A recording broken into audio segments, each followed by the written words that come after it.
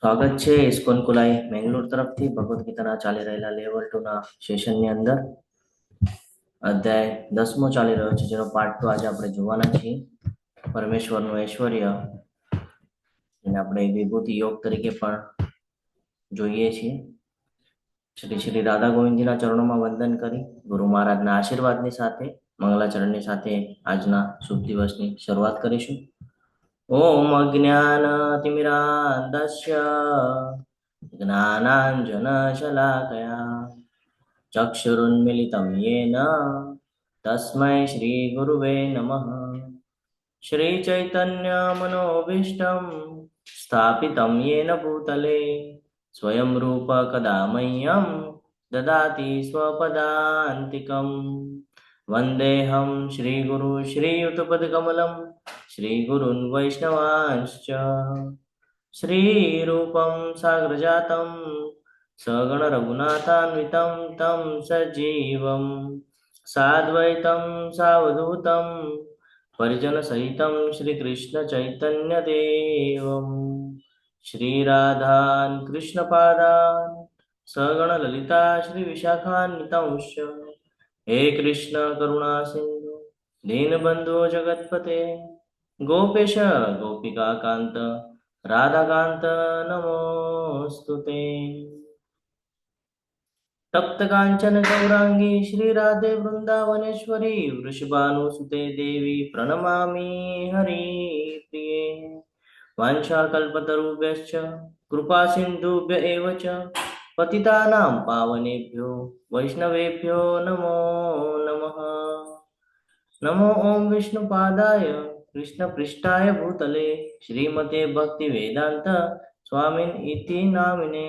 नमस्ते सारस्वते देवे गौरवाणी प्रचारिणे निर्विशेष शून्यवादी पाश्चात्यदेशतारिणे. जय श्री कृष्ण चैतन्य प्रभु नित्यानंद श्री अद्वैत गदाधर श्रीवासादि गौर भक्तवृंद. हरे कृष्ण कृष्ण कृष्ण हरे हरे हरे राम राम राम हरे हरे. हरे कृष्ण सर्वने दंडवत प्रणाम.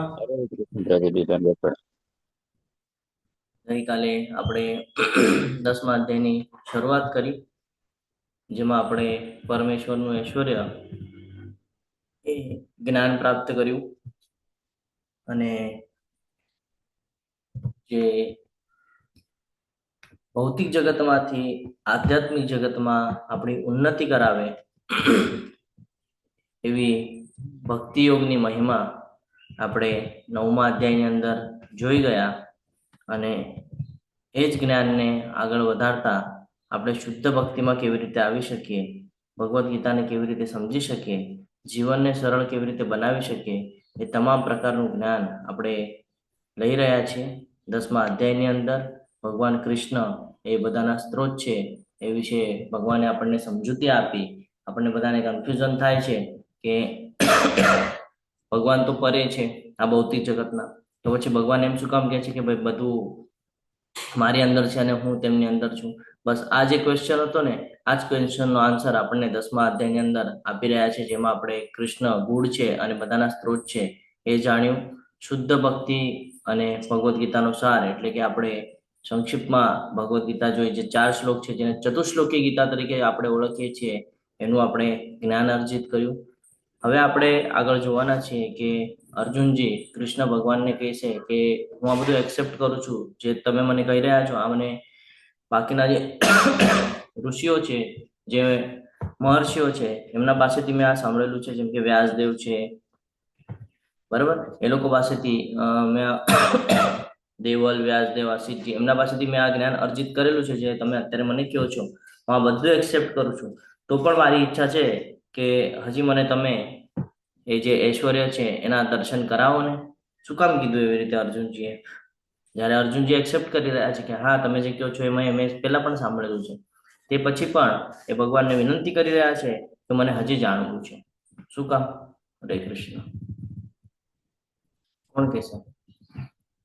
અર્જુનજી તો શુદ્ધ ભક્ત છે એટલે તો બધું જ્ઞાન પ્રાપ્ત થઈ રહ્યું છે, અર્જુનજી એક્સેપ્ટ પણ કરી લીધું છે, તો પણ અર્જુનજી એમ શું કામ કહે છે કે મને હજી જાણવું છે?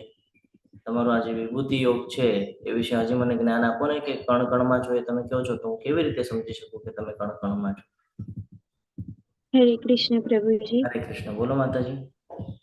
હા, અર્જુન એટલા માટે પૂછે છે કે ભગવાને બધું કહીને તો સંભળાયું, જે રીતે આપણે કહીએ કે ઓરલ તો બતાવી દીધું, અને હવે હજુ કલયુગમાં ભક્તો ક્વેશ્ચન કરશે, એમાં પોતાની રીતે કંઈ ઉમેરશે, તો એ હવે કહે છે કે તમે મને પ્રેક્ટિકલી બતાવો, તો એ સાબિત કરી શકે કે કલયુગમાં અગર આવી રીતે કોઈ છે તો જ એ ભગવાન છે. આપણા માટે પૂછે છે, અને જે કીધું છે તે હવે એ જોવા પણ માંગે છે. ખૂબ સરસ માતાજી. તો એ જ કહી રહ્યા છે ભગવાનને કે તમારા વિશે હું વધુ એટલા માટે જાણવા ઈચ્છું છું કારણ કે મને ઉત્સુકતા છે, અને હું જેટલું સાંભળું છું ને તમારા બાબતમાં, એટલો હું તમારા પ્રતિ મને આદર અને ભક્તિ પ્રદાન થઈ રહી છે. એટલે ઈચ્છા વ્યક્ત કરે છે કે ભાઈ તમે જેટલું મને કહો છો ને એનાથી હું હજી તમારા ક્લોઝ આવી રહ્યો છું. મને હજી ક્યુરિયોસિટી, હજી મને ઈચ્છા થાય છે કે હું તમારા વિશેનું જ્ઞાન પ્રાપ્ત કરું, અને આ જ્ઞાન દ્વારા હું પોતાનો ઉદ્ધાર કરી શકું. હું જે આ ભટકી રહ્યો છું એ ભટકું નહીં. અને જો આપણે પણ આ જ્ઞાન અર્જિત ન કરીએ તો આપણે પણ ભગવાનને કોઈ દિવસે સમજી શકતા નથી, કારણ કે આપણે પાછલા અધ્યાયમાં આ જ્ઞાન પ્રાપ્ત કર્યું કે બુદ્ધિ દ્વારા ભગવાનને સમજવું મુશ્કેલ છે. તમે બુદ્ધિને કેટલા પણ તર્ક વિતર્ક કરી લો, કેટલો પણ બુદ્ધિથી પ્રયત્ન કરી લો, ભગવાનને જાણી શકાતું નથી. ભગવાનને આજે પરાશક્તિ અપરાશક્તિ છે એને પણ આપણે જાણી શકતા નથી. ખાલી બુદ્ધિથી આ બધું પોસિબલ નથી. પરંતુ ભગવાને કીધું છે હું સુલભ છું. કેમ સુલભ છે? તો જ્યારે આપણે ભક્તિ યોગમાં આવીએ છીએ, જ્યારે આપણે ભગવાનની અનન્ય ભક્તિ કરીએ છીએ, તો જ્યારે એ ભક્તિ યોગમાં આપણે તલ્લીન થઈએ છીએ, ભગવાનના પ્રસન્નતા માટે જ્યારે કાર્ય કરીએ છીએ, તો ભગવાન કહે છે હું સુલભ છું. એટલે ભગવાન કૃષ્ણને જાણવા માટે આપણને 10મો અધ્યાય 11મો અધ્યાય ખૂબ ઇમ્પોર્ટન્ટ છે. શરૂઆત કરીએ તો આ બધું આપણે કાલે જોઈ ગયા હતા, બરાબર? 18મા શ્લોકથી બાકી છે ને?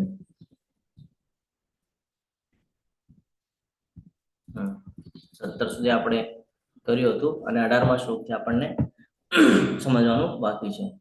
તો શરૂઆત કરીએ આજના શ્લોક દ્વારા. હે જનાર્દન, જનોનું અર્દન કરનારા, આપ કૃપા કરી ફરીથી આપના યોગ સામર્થ્ય તથા ઐશ્વર્યનું વિસ્તારથી વર્ણન કરો. હું આપના વિશે શ્રવણ કરવામાં ક્યારેય તૃપ્ત નથી થતો, કેમ કે જેમ હું આપના વિશે બધું સાંભળું છું તેમ આપના શબ્દરૂપી અમૃતનું વધુને વધુ આસ્વાદન કરવા ઈચ્છું છું. આપણે પણ જ્યારે ભાગવતમ સમજવા બેસીએ અથવા તો વાંચવા બેસીએ, વાંચીએ તો આપણને એટલું બધું નથી ક્લિયર થતું જ્યાં સુધી આપણે કોઈ ક્લાસ અટેન્ડ ન કર્યા હોય. પરંતુ જ્યારે ભાગવતમ પણ સાંભળીએ ને તો આપણને એમ થાય કે હવે આગળના એમાં શું હશે, આગળના ચેપ્ટરમાં શું હશે. ભગવાને અહીંયા આ તો કીધું. જ્યારે ત્રીજો કેન્ટો વાંચે તો એમાં ભૌતિક જગત વિશેની માહિતી છે કે ભગવાન આ બધું કેવી રીતે સર્જન કરે છે ને એ બધી માહિતી છે. તો આપણને એવું થાય કે ભાઈ હવે આગળ શું છે, હવે આગળ શું છે, એવી ઈચ્છા વ્યક્ત થાય. આપણે જ્યારે મૂવી જોવા પણ જઈએ, એટલે પહેલા તો ઘણા બધા લોકો જતા મૂવી જોવા, હવે તો ખબર પડી ગઈ છે કે ક્યાં મહત્વ આપવાનું છે, એટલે બહુ ઓછા જાય છે. પણ પહેલા આપણે જતા બધા થિયેટરમાં જઈને મૂવી જોઈએ ને એવું કરતા. તો મૂવી જોતા હોય ને તો એમાં પણ આપણને એવું થાય કે હવે આગળ શું છે, આગળ શું છે. આપણે એનું એક ઉદાહરણ લીધેલું ગઈકાલે કે ભાઈ જે સ્ત્રીવર્ગ છે એ લોકો સિરિયલ જોતા પહેલા, બરાબર? જ્યારે ઇસ્કોનમાં જોઈન નહોતા થયા, ભગવદ ગીતાના ક્લાસ અટેન્ડ નહોતા કર્યા, ત્યારે એ લોકો સિરિયલ જોતા. તો સિરિયલમાં એ લોકોને એવું ઈચ્છા થાય કે ભાઈ હવે આગળ શું છે. ઓલી સિરિયલ પૂરી થઈ ગઈ હોય ને તો પણ એના એન્ડમાં બતાડે કે ભાઈ હવે આવતીકાલે શું છે. કેમ? તો કે ભાઈ પ્રેક્ષક પકડાઈ નહીં રહે ને, ઈચ્છા થાય એ લોકોને કે ભાઈ આવતીકાલે શું છે જોવા માટે ઉપસ્થિત રહેવાનું છે. એટલા માટે આપણને એ ઈચ્છા વ્યક્ત થાય એટલા માટે બતાડવામાં આવતા. સેમ એજ અહીંયા છે. અર્જુનજી સેમ કહી રહ્યા છે કે મારી ઈચ્છા થાય છે કે હજી આગળ શું છે મારે જાણવું છે. હજી મને તમે વિસ્તૃતમાં વર્ણન કરો, હજી મને કહો. કેમ? તો મારે તમારા ક્લોઝ આવવું છે. મારે પૂર્ણપણે તમે જે ભક્તિ કહી રહ્યા છો એ ભક્તિમાં મારે હજી તલ્લીન થવું છે, અને મારી ઈચ્છા છે, કારણ કે હું એનાથી તૃપ્ત જ નથી થઈ ગયો. મને હજી ઈચ્છા થાય છે કે તમે મને હજી કહો, હજી કહો. કોઈક એવું હોય આપણને, જ્યારે આપણે એનો સુમધુર અવાજ સાંભળીએ તો આપણને એમ થાય કે હજી સાંભળીએ, હજી સાંભળીએ, હજી સાંભળીએ, એવું થાય ને. ઘણા બધા લોકો અહીંયા સિનિયર ડિવોટીઝ હશે, ઘણા બધા ભક્તો હશે જે 8 PM લેવલ 2 ની અંદર જોડાતા હશે, 8 PM લેવલ 1 ની અંદર, લેવલ 2 ની અંદર જોડાતા હશે. તો ત્યાં હિઝ ગ્રેસ જીતેન્દ્ર ગોપેશ પ્રભુજી આવે છે. ઘણા બધા લોકોની ઈચ્છા હોય કે હું એમને જ સાંભળું, હું એમને જ સાંભળું. જાય છે ને એ ક્લાસ 1.5 કલાકની જગ્યાએ 2 કલાકનો પણ ચાલે તો પણ ત્યાં બધા ખમીને રહે છે. શું કામ? તો કે સાંભળવું છે, ઈચ્છા છે. તો આવી જ રીતે અર્જુનજી પણ ઈચ્છા વ્યક્ત કરી રહ્યા છે કે તમે મને કહો ને, હજી મને જાણવું છે, હજી મને જાણવું છે. અને એવી રીતે ભગવાનને પોતાની ઈચ્છા કહીને બધું જાણવાનો પ્રયાસ કરે છે. શું કામ? એમને તો બધું ખબર જ છે, એમને તૃપ્તિ થશે. અને આવતા વખતે જે પીઢીઓ આવશે, દ્વાપર યુગના અંત પછી જે પેઢી આવશે, તો ત્યારે ધીરે ધીરે ધીરે ધીરે શું થવાનું છે? કલયુગ વધવાનું છે. અને કલયુગ જ્યારે વધશે તો ધીરે ધીરે નાસ્તિક લોકો આવશે. અને નાસ્તિક લોકો આ એક્સેપ્ટ નહીં કરી શકે, કોઈ દિવસે સમજી નહીં શકે, કારણ કે બુદ્ધિથી સમજવાનો પ્રયત્ન કરશે તો એ સમજી નહીં શકે. પણ જ્યારે ભક્તિમાં આવશે તો એને આ તમામ પ્રકારનું જે જ્ઞાન છે એ આપશે, તો એને સમજાઈ જશે કે ભગવાન શું કહી રહ્યા છે, કે કણ કણમાં છે, સર્વવ્યાપી છે. તો કેવી રીતે ઓળખી શકાય એ જ્ઞાન અહીંયા આપણને પ્રાપ્ત થયું છે. શ્રી ભગવાન વાચ અંતતે કથયિષ્યામિ દિવ્યાયાત્મ વિભૂતય પ્રાધાન્યત કુરુક્ષેષ્ઠ નાટ્યસ્તો વિસ્તરસ્ય મે. પૂર્ણ પુરુષોત્તમ પરમેશ્વર બોલ્યા, હવે હું તને મારા ફક્ત મુખ્ય મુખ્ય વૈભવયુક્ત રૂપોનું વર્ણન સંભળાવીશ, કારણ કે હે અર્જુન, મારું ઐશ્વર્ય તો અપાર છે. ભગવાન કહે છે કે મારું જો ઐશ્વર્ય તું જાણવાનો પ્રયત્ન કરીશ તો એ અપાર છે. તું ઈચ્છે તો તું 1 સેકન્ડમાં પણ સમજી શકે છે, અને જો ન ઈચ્છે તો તને જન્મો જન્મો લાગશે તો પણ તું સમજી શકીશ નહીં. આપણે પુરુષ અવતાર વિશે જ્ઞાન પ્રાપ્ત કર્યું. જ્યારે પુરુષ અવતાર સમજાય તો આપણને આખું સમજાય જાય કે આખું બધું ભગવાન દ્વારા સ્ટ્રક્ચર ઊભું કરવામાં આવેલું છે. મત પરતરમ કિંચન નાન્ય દ્રષ્ટિ ધનંજય સર્વૈદમ પ્રોતે સૂત્ર મણી ગણાવ્યા. બરાબર. અને ન સમજવું હોય તો ઘણા બધા તર્ક વિતર્ક છે. તો ભગવાન કહી રહ્યા છે કે હું તને મુખ્ય મુખ્ય વૈભવયુક્ત જે મારા રૂપો છે એનું વર્ણન કરીને સંભળાવીશ. ખાલી મુખ્ય મુખ્ય, મેન કે જેના દ્વારા તું સમજી શકે. મેન એટલે શું? કે જે તું કન્ટિન્યુ સાંભળી રહ્યો છે ને, જેના વિશે તને ખ્યાલ છે કે કોઈ ઋષિનું નામ લીધું તો હા ઋષિ છે, તને ખબર છે. વૃક્ષનું નામ લીધું તો હા વૃક્ષ છે, બરાબર. કોઈ પ્રાણીનું નામ લીધું તો હા પ્રાણીને તું ઓળખે છે. એવી રીતે મુખ્ય મુખ્ય કહીશું તને. બાકી તું જાણવા ઈચ્છે તો નાનામાં નાનો જીવ પણ હું જ છું કે છે. અને મોટામાં મોટો રાક્ષસ જે છે એ પણ મારા દ્વારા જ છે, ભગવાન એમ કે છે. પણ ભગવાન કહે છે હું તને એટલું ડિટેલ્સમાં નહીં કહું, હું તને જે મુખ્ય મુખ્ય છે એ કહીશ. અને પછી તને જે કાંઈ જોવું હોય ને એ હું તને 11મા અધ્યાયમાં વિરાટ સ્વરૂપમાં બધું દેખાડી દઈશ. કારણ કે હું જો કેવા બેસીશ તો તું કન્ફ્યુઝ થઈ જઈશ અને તું સમજી નહીં શકે કે હું તને શું સમજાવવા માંગુ છું. એટલે ભગવાન કહે છે કે હું તને મુખ્ય મુખ્ય મારા જે વૈભવયુક્ત રૂપો છે ને એનું જ વર્ણન કહીશ, અને એ હું તને સમજાવીશ. તો હવે અહીંયાથી શરૂઆત થાય છે. ભગવાન ખૂબ સરસ રીતે આપણને કણ કણમાં છે કેવી રીતે સમજી શકાય છે, તો આપણે ભગવાનનું સ્મરણ કેવી રીતે કરી શકીએ, કેવી રીતે આપણા જીવનની અંદર આપણે અકર્મ કરી શકીએ, એની માટેનો અહીંયા ખૂબ સરસ રીતે જવાબ ભગવાન આપણને આપી રહ્યા છે. એટલે આપણને એવું થાય ને, ઘણા બધા લોકો પ્રશ્ન પૂછતા હતા કે પ્રભુ કેવી રીતે ભગવાનને સેન્ટરમાં રાખીને કર્મ કરી શકાય, કેવી રીતે અકર્મ કરી શકાય. તો એનો આખો વિસ્તૃત જવાબ અહીંયાથી હવે ચાલુ થાય છે. ન સમજાય તો નોટ ડાઉન કરી લેજો. હે અર્જુન, હું જીવ માત્રના હૃદયમાં સ્થિત પરમાત્મા છું. સ્ટાર્ટ ક્યાંથી કર્યું? શિરોદક્ષાય વિષ્ણુથી. હું જ સમસ્ત જીવોનો આદિ, મધ્ય તથા અંત છું. આપણે પુરુષ અવતાર વિશે ચર્ચા કરી. આદિ શરૂઆત ક્યાંથી થાય છે? હરે કૃષ્ણ, હરે કૃષ્ણ. મહાવિષ્ણુ પ્રભુજી, હરે કૃષ્ણ. મહાવિષ્ણુથી, કર્ણોદક્ષા વિષ્ણુથી શરૂઆત કરે છે પુરુષ અવતાર, પ્રથમ પુરુષ અવતાર, બરાબર. અને પછી મહાવિષ્ણુથી ગર્ભોદક્ષા વિષ્ણુથી બ્રહ્માજી. આપણે ગોલોક ચાર્ટ ભૂલી ગયા હે ને? ગોલોક ચાર્ટમાં વિસ્તૃત વર્ણન કરવામાં આવેલું છે કે ભગવાન આજે કે છે ને કે હું જ સમસ્ત જીવોનો આદિ, મધ્ય તથા અંત છું. શરૂઆત પણ ભગવાનથી થાય છે, અને જે પ્રલય છે એ પણ ભગવાન કહે છે મારા ઈચ્છાથી આવે છે. ખાલી ડિપાર્ટમેન્ટ આપીને રાખ્યું છે શિવજી પાસે. અને આદિ એટલે કે શરૂઆત જે છે, આપણે જો ભૌતિક જગતની વાત કરીએ તો ભૌતિક જગતનું સર્જન એ ગર્ભોદક્ષા વિષ્ણુ દ્વારા થાય છે. અને એમાં જે 14 લોક છે, આ 14 લોકનું જે નિર્માણ કરવાનું કામ છે એ બ્રહ્માજીને આપ્યું છે. તો ભગવાન એ કહે છે બ્રહ્મા, વિષ્ણુ, મહેશ આ ત્રણે પણ હું જ છું. અને સાયન્ટિસ્ટ એને શું કહીને સંબોધે છે? હરે કૃષ્ણ. કે સૃષ્ટિનું નિર્માણ કેવી રીતે થયું છે, કયા 3 એવા તત્વ કીધા સાયન્ટિસ્ટ લોકો જે કહે છે? પ્રોટોન, ઇલેક્ટ્રોન અને ન્યુટ્રોન. એવી રીતે લોકો સંબોધન કરે છે. ત્યારે કે આપણા શાસ્ત્રમાં પહેલા જ કહી દીધેલું છે ભગવાને, છે ને 10.20માં જ ભગવાન કહે છે કે હું જ જીવોનો આદિ મધ્ય તથા અંત છું. પણ સાયન્ટિસ્ટ લોકો સમજી શકતા નથી. લોકો હંમેશા તર્ક વિતર્ક કરવામાંથી જ આગળ નથી આવતા. પણ અહીંયા ભગવાન ક્લિયર કટ આપણને કહી દે છે કે શરૂઆત પણ ભગવાનથી છે, મધ્ય પણ ભગવાનથી છે, અને અંત પણ ભગવાન પર જ છે. એટલે ભગવાન વારે વારે આપણને પહેલેથી આ જ સમજાવતા આવતા હતા કે તું ચિંતા નહીં કર, બધું મારા દ્વારા જ થઈ રહ્યું છે. તું મારી શરણમાં રહે તો તું બચી જઈશ. જો તું મારી શરણમાં નહીં રહે તો તારું પતન નિશ્ચિત છે. હવે અહીંયા કહે છે આદિત્યોમાં હું વિષ્ણુ છું, જ્યોતિઓમાં હું તેજસ્વી સૂર્ય છું, મરુદ ગણોની અંદર હું મરીચી છું, અને નક્ષત્રોમાં હું ચંદ્ર છું. આદિત્યો, કેટલા આદિત્યો છે? હરે કૃષ્ણ. કેટલા? 12 આદિત્ય પ્રભુ. હા, 12 આદિત્યો છે. તો કે આ આદિત્યોની અંદર જે વિષ્ણુ છે ને, એ વિષ્ણુ પણ હું જ છું કે છે. એકચ્યુઅલી 12 આદિત્ય ભગવાનના પ્રતિનિધિત્વ કરે છે, પણ વિષ્ણુ છે એ હું છું. સમજવા માટે ભગવાન જે યાદ આવે એ તરત યાદ અપાવે છે કે વિષ્ણુ છે એ હું છું. જ્યોતિઓમાં તેજસ્વી સૂર્ય હું છું. જ્યોતિ એટલે કે પ્રકાશ છે ને. પ્રકાશની અંદર શું કીધું છે? સૂર્ય હું છું.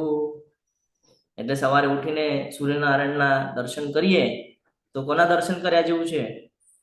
વિષ્ણુનું. કોનું સ્મરણ થવું જોઈએ તરત? ભગવાન વિષ્ણુનું. તરત. વિષ્ણુ એટલે કૃષ્ણ. તો અહીંયા આ સમજવાનું છે. હવે આપણે અહીંયાથી શરૂઆત કરવાની છે કેવી રીતે આપણે સમજી શકીએ કણ કણમાં. પછી થેન્ક્સ કહેવાનું છે. શું કામ? તો કે ભાઈ આપણને સવાર બતાવી, એટલે આપણે જોઈ શક્યા સવાર. ઉઠ્યા ને આપણે, એ તો ખબર નહોતું કે ક્યારે પૂરું થઈ જાય. તો એટલે થેન્ક્સ કરવું જરૂરી છે. મરુદગણ, એની અંદર મરુચી છું, અને નક્ષત્રોમાં હું ચંદ્ર છું. ચંદ્રને નક્ષત્ર શું કામ કીધું છે ખબર છે? હરે કૃષ્ણ. જ્યારે કે હમણાં અહીંયા સૂર્યની વાત થઈ, તરત સામે ચંદ્રની વાત થઈ. ભૌતિક પ્રકૃતિના અંદર જે કાંઈ આવે છે ને એનું આપણને જ્ઞાન આપી રહ્યા છે. ચંદ્ર જે છે એ હંમેશા 27 નક્ષત્રોની આસપાસ ફરે છે. 28મું એક નક્ષત્ર છે જેને અભિજીત નક્ષત્ર કહેવામાં આવે છે, જે સૂર્યનું નક્ષત્ર છે. બરાબર. તો આ આપણે એક કથા છે, પણ અહીંયા આપણને સમયનો અભાવ છે એટલે આપણે અહીંયા કથા નહીં લઈ શકીએ. નહીં તો આપણે આ સમજવું પણ જરૂરી છે કે કેવી રીતે ભગવાને બધું આપણને બેસાડીને આપેલું છે. આપણું જે જીવન છે આના આજુબાજુમાં જ ફરી રહ્યું છે. તો કે નક્ષત્રોની અંદર હું ચંદ્ર છું, એટલે ચંદ્રને કળા આપવામાં આવેલી છે. જે લોકો જ્યોતિષ શાસ્ત્રમાં સ્ટડી કરતા હોય એ લોકો કહી શકે કે કળા એટલે શું. ચંદ્રની અલગ અલગ કળા હોય, તો કળા અનુસાર ચંદ્ર વર્કઆઉટ કરે. ચંદ્ર એ કોણ છે? તો કે મનનો કારક છે. અને સૂર્ય એ કોણ છે? તો કે આત્માનો કારક છે. સમજાઈ ગયું? આત્મા અને મન. અહીંયા પણ એ જ ઇમ્પોર્ટન્ટ છે. ભગવદ્ ગીતા પણ એ જ કે છે આત્મા અને મન, એના ઉપર બધું કંટ્રોલેશન છે તમારું. તમારા મન પર કંટ્રોલ હશે તો તમારી આત્મા યોગ્ય નિર્ણય લઈ શકશે, યોગ્ય સ્થાન ગ્રહણ કરી શકશે. તમારે જો મન ઉપર કંટ્રોલ નહીં હોય તો તમારી આત્માને ખાલી ભટકવું પડશે. અહીંયાથી એ પણ સમજી શકાય છે. એટલે ભગવાન ઇનડાયરેક્ટલી આપણને સમજાવી રહ્યા છે કે સૂર્ય અને ચંદ્ર પણ હું જ છું. તમે તમારા મન અને ઇન્દ્રિયો ઉપર કંટ્રોલ રાખવાનો પ્રયત્ન કરો. વેદોની અંદર હું સામવેદ છું. ઘણા બધા વેદ છે. વેદ શું કામ આપ્યા છે આપણને? હરે કૃષ્ણ. વેદો શું કામ આપ્યા છે આપણને?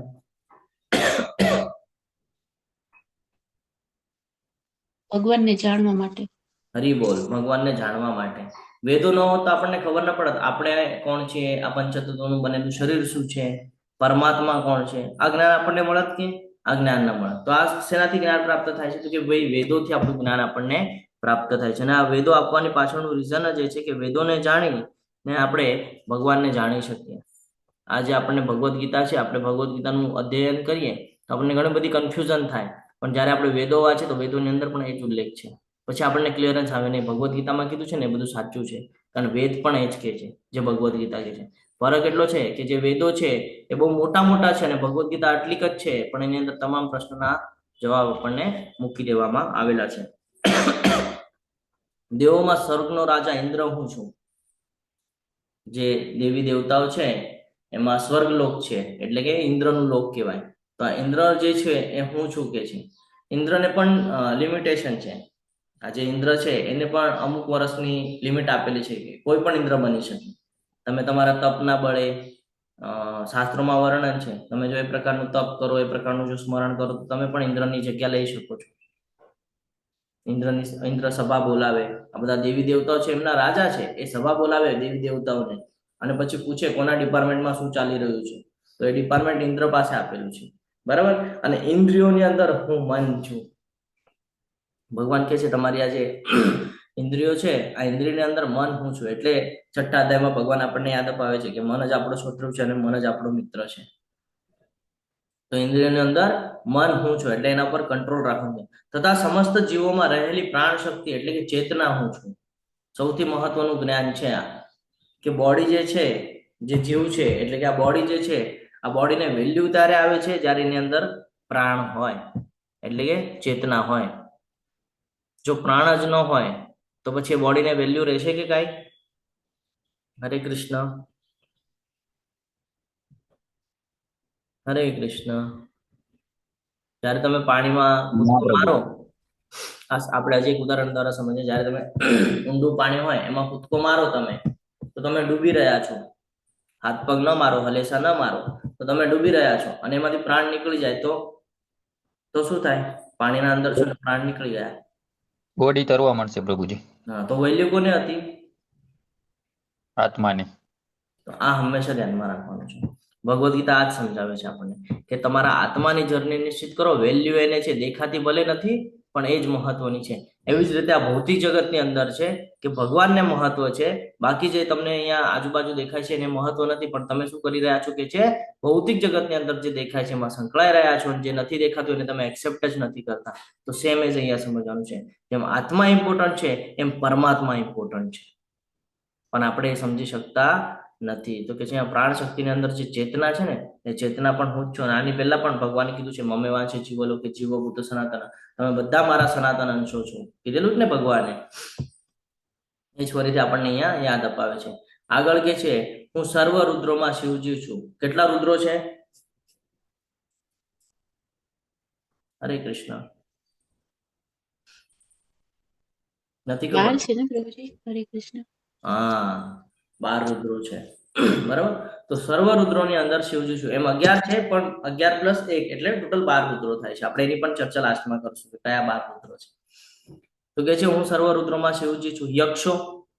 યક્ષ અને રાક્ષસમાં ધનપતિ કુબેર હું છું. કુબેર આપણને બધાને ખબર છે. આપણે જે ચલણની વાત કરીએ છીએ ને, પૈસાની વાત, એ પૈસાનું જે ડિપાર્ટમેન્ટ છે એ કોની પાસે છે? તો કે કુબેર પાસે. ઘણા બધા લોકો જાણતા હશે એમના વિશે, ઘણા બધા લોકોને નહીં હોય માહિતી. તો કે છે યક્ષ લોકોનું એક સેપરેટ જગ્યા છે, એક સ્થાન છે. રાક્ષસો માટે પણ એક સેપરેટ સ્થાન છે. તો કે આ યક્ષો છે, એ યક્ષોની અંદર અને રાક્ષસોની અંદર ધનપતિ કુબેર હું છું. એ લોકોની વૃત્તિ કેવી હોય? હંમેશા કંઈક ને કંઈક પ્રાપ્ત કરવાની વૃત્તિ હોય કે મને જોઈએ છે. તેની અંદર કુબેર છે ને, એ કુબેર કે છે એ હું છું. વસુઓમાં હું અગ્નિ છું. વસુઓ પણ છે. કેટલા વસુઓ છે?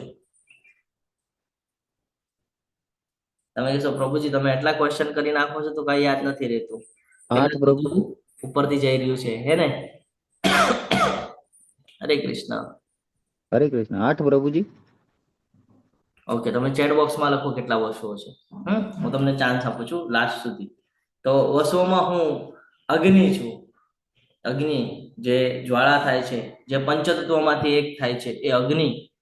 અને આનું જ હજી વિસ્તૃતમાં વર્ણન આગળના અધ્યાયમાં આવશે કે જ્યારે આપણને ભૂખ લાગે છે તો એ પચન ક્રિયા જેના દ્વારા થાય છે, જઠરના અંદર જે અગ્નિ તૈયાર થાય છે, આ કોના દ્વારા થાય છે? ભગવાન દ્વારા થાય છે. ભગવાને અહીંયા આપણને યાદ અપાવે છે કે અગ્નિ હું છું. અને બધા પર્વતોમાં મેરુ હું છું. સૌથી મોટો પર્વત કયો છે? સૌથી મોટું શિખર કયું છે? હરે કૃષ્ણ. મેરુ પર્વત. હા, પણ આપણા અત્યારે આમ ભૌતિક જગત જોવા જઈએ તો કયું છે? એવરેસ્ટ. એવરેસ્ટ નું શિખર આપણને માઉન્ટ એવરેસ્ટ જેને આપણે કહીએ છીએ છે ને, એ શિખર સૌથી ઊંચું શિખર છે. તો આજે મેરુ પર્વત છે, મેરુ પર્વત નો ઉપયોગ ક્યાં થયો હતો ખબર છે કોઈને? સમુદ્ર મંથન સમુદ્ર મંથન વખતે જ્યારે કુર્મ અવતાર એટલે કે કાચબાની ઉપર આ પર્વતને મૂકવામાં આવેલો હતો. કારણ કે પર્વત મૂકતા ને તો એ સમુદ્રની અંદર વયો જાય. એટલે પછી ભગવાનનો જે અવતાર છે કુર્મ અવતાર નીચે, એના ઉપર મેરુ પર્વત અને નાગ દ્વારા એને વલોવામાં આવી રહ્યું હતું. આવી રીતે સમુદ્ર મંથન કરવામાં આવેલું છે. તો આમાં ખૂબ એવી ઔષધિઓ નીકળેલી હતી. આ જે પર્વત છે, આ વિસ્તૃતમાં જયારે આપણે સમજશું એના વિશે કોઈક દિવસે ભક્તિ વૃક્ષામાં, તેમાં ખબર પડે કે કુદરતી સંપત્તિ કુદરતી સંપત્તિ જેટલી પણ નીકળેલી છે એ બધી એમાંથી નીકળેલી છે. તો આ જે પર્વત છે, આ મેરુનું પર્વત હું છું, એમાંથી ઘણું બધું નીકળ્યું ને, તો એ ભગવાન દ્વારા જ આવેલું છે આપણા સુધી. એટલે અહીંયા જે કાંઈ પણ મળ્યું છે આપણને, આ બધું ભગવાન દ્વારા મળ્યું છે. એવી રીતે ભગવાન અહીંયા આપણને ક્લિયર કરે છે. હે અર્જુન, પુરોહિતોમાં હું બૃહસ્પતિ છું, અને સેના નાયકોમાં હું કાર્તિકેય છું, અને જળાશયોમાં હું સમુદ્ર છું. હવે અહીંયા સમજવા જેવું છે કે પુરોહિતોમાં હું બૃહસ્પતિ છું. બૃહસ્પતિ કોણ છે ખબર છે? દેવગુરુ પ્રભુ.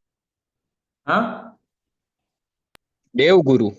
હા, દેવગુરુ બૃહસ્પતિ, જે જ્ઞાન આપે છે ને, એવું જ્ઞાન આપે કે જેનાથી જે કોઈ પણ વ્યક્તિ જ્ઞાન અર્જિત કરે તો એ હંમેશા પોતાનો ઉદ્ધાર કરી શકે એવા પ્રકારનું જે જ્ઞાન આપે ને, એને કહેવાય બૃહસ્પતિ.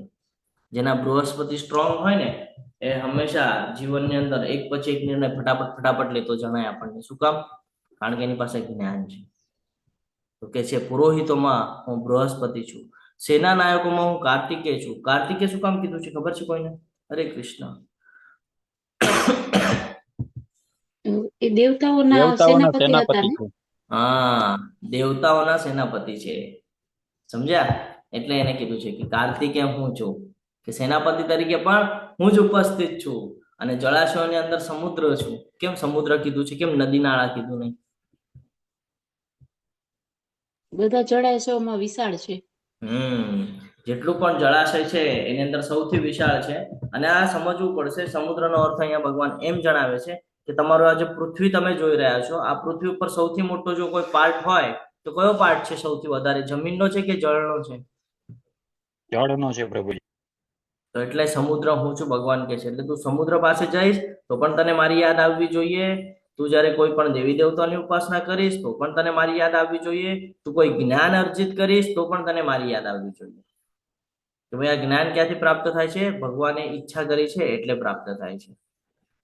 કે એ ઈચ્છે છે કે હા, આ જ્ઞાન આના સુધી પહોંચી શકે, એટલા માટે આપણા સુધી પહોંચે છે. આગળ કે છે કે મહર્ષિઓની અંદર હું ભૃગુ છું.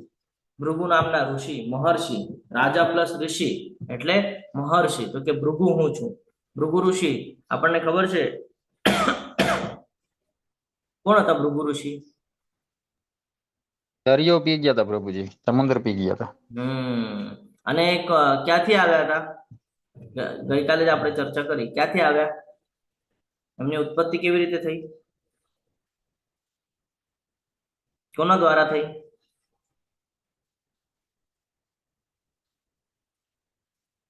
કાલે જ ચર્ચા કરી આપણે.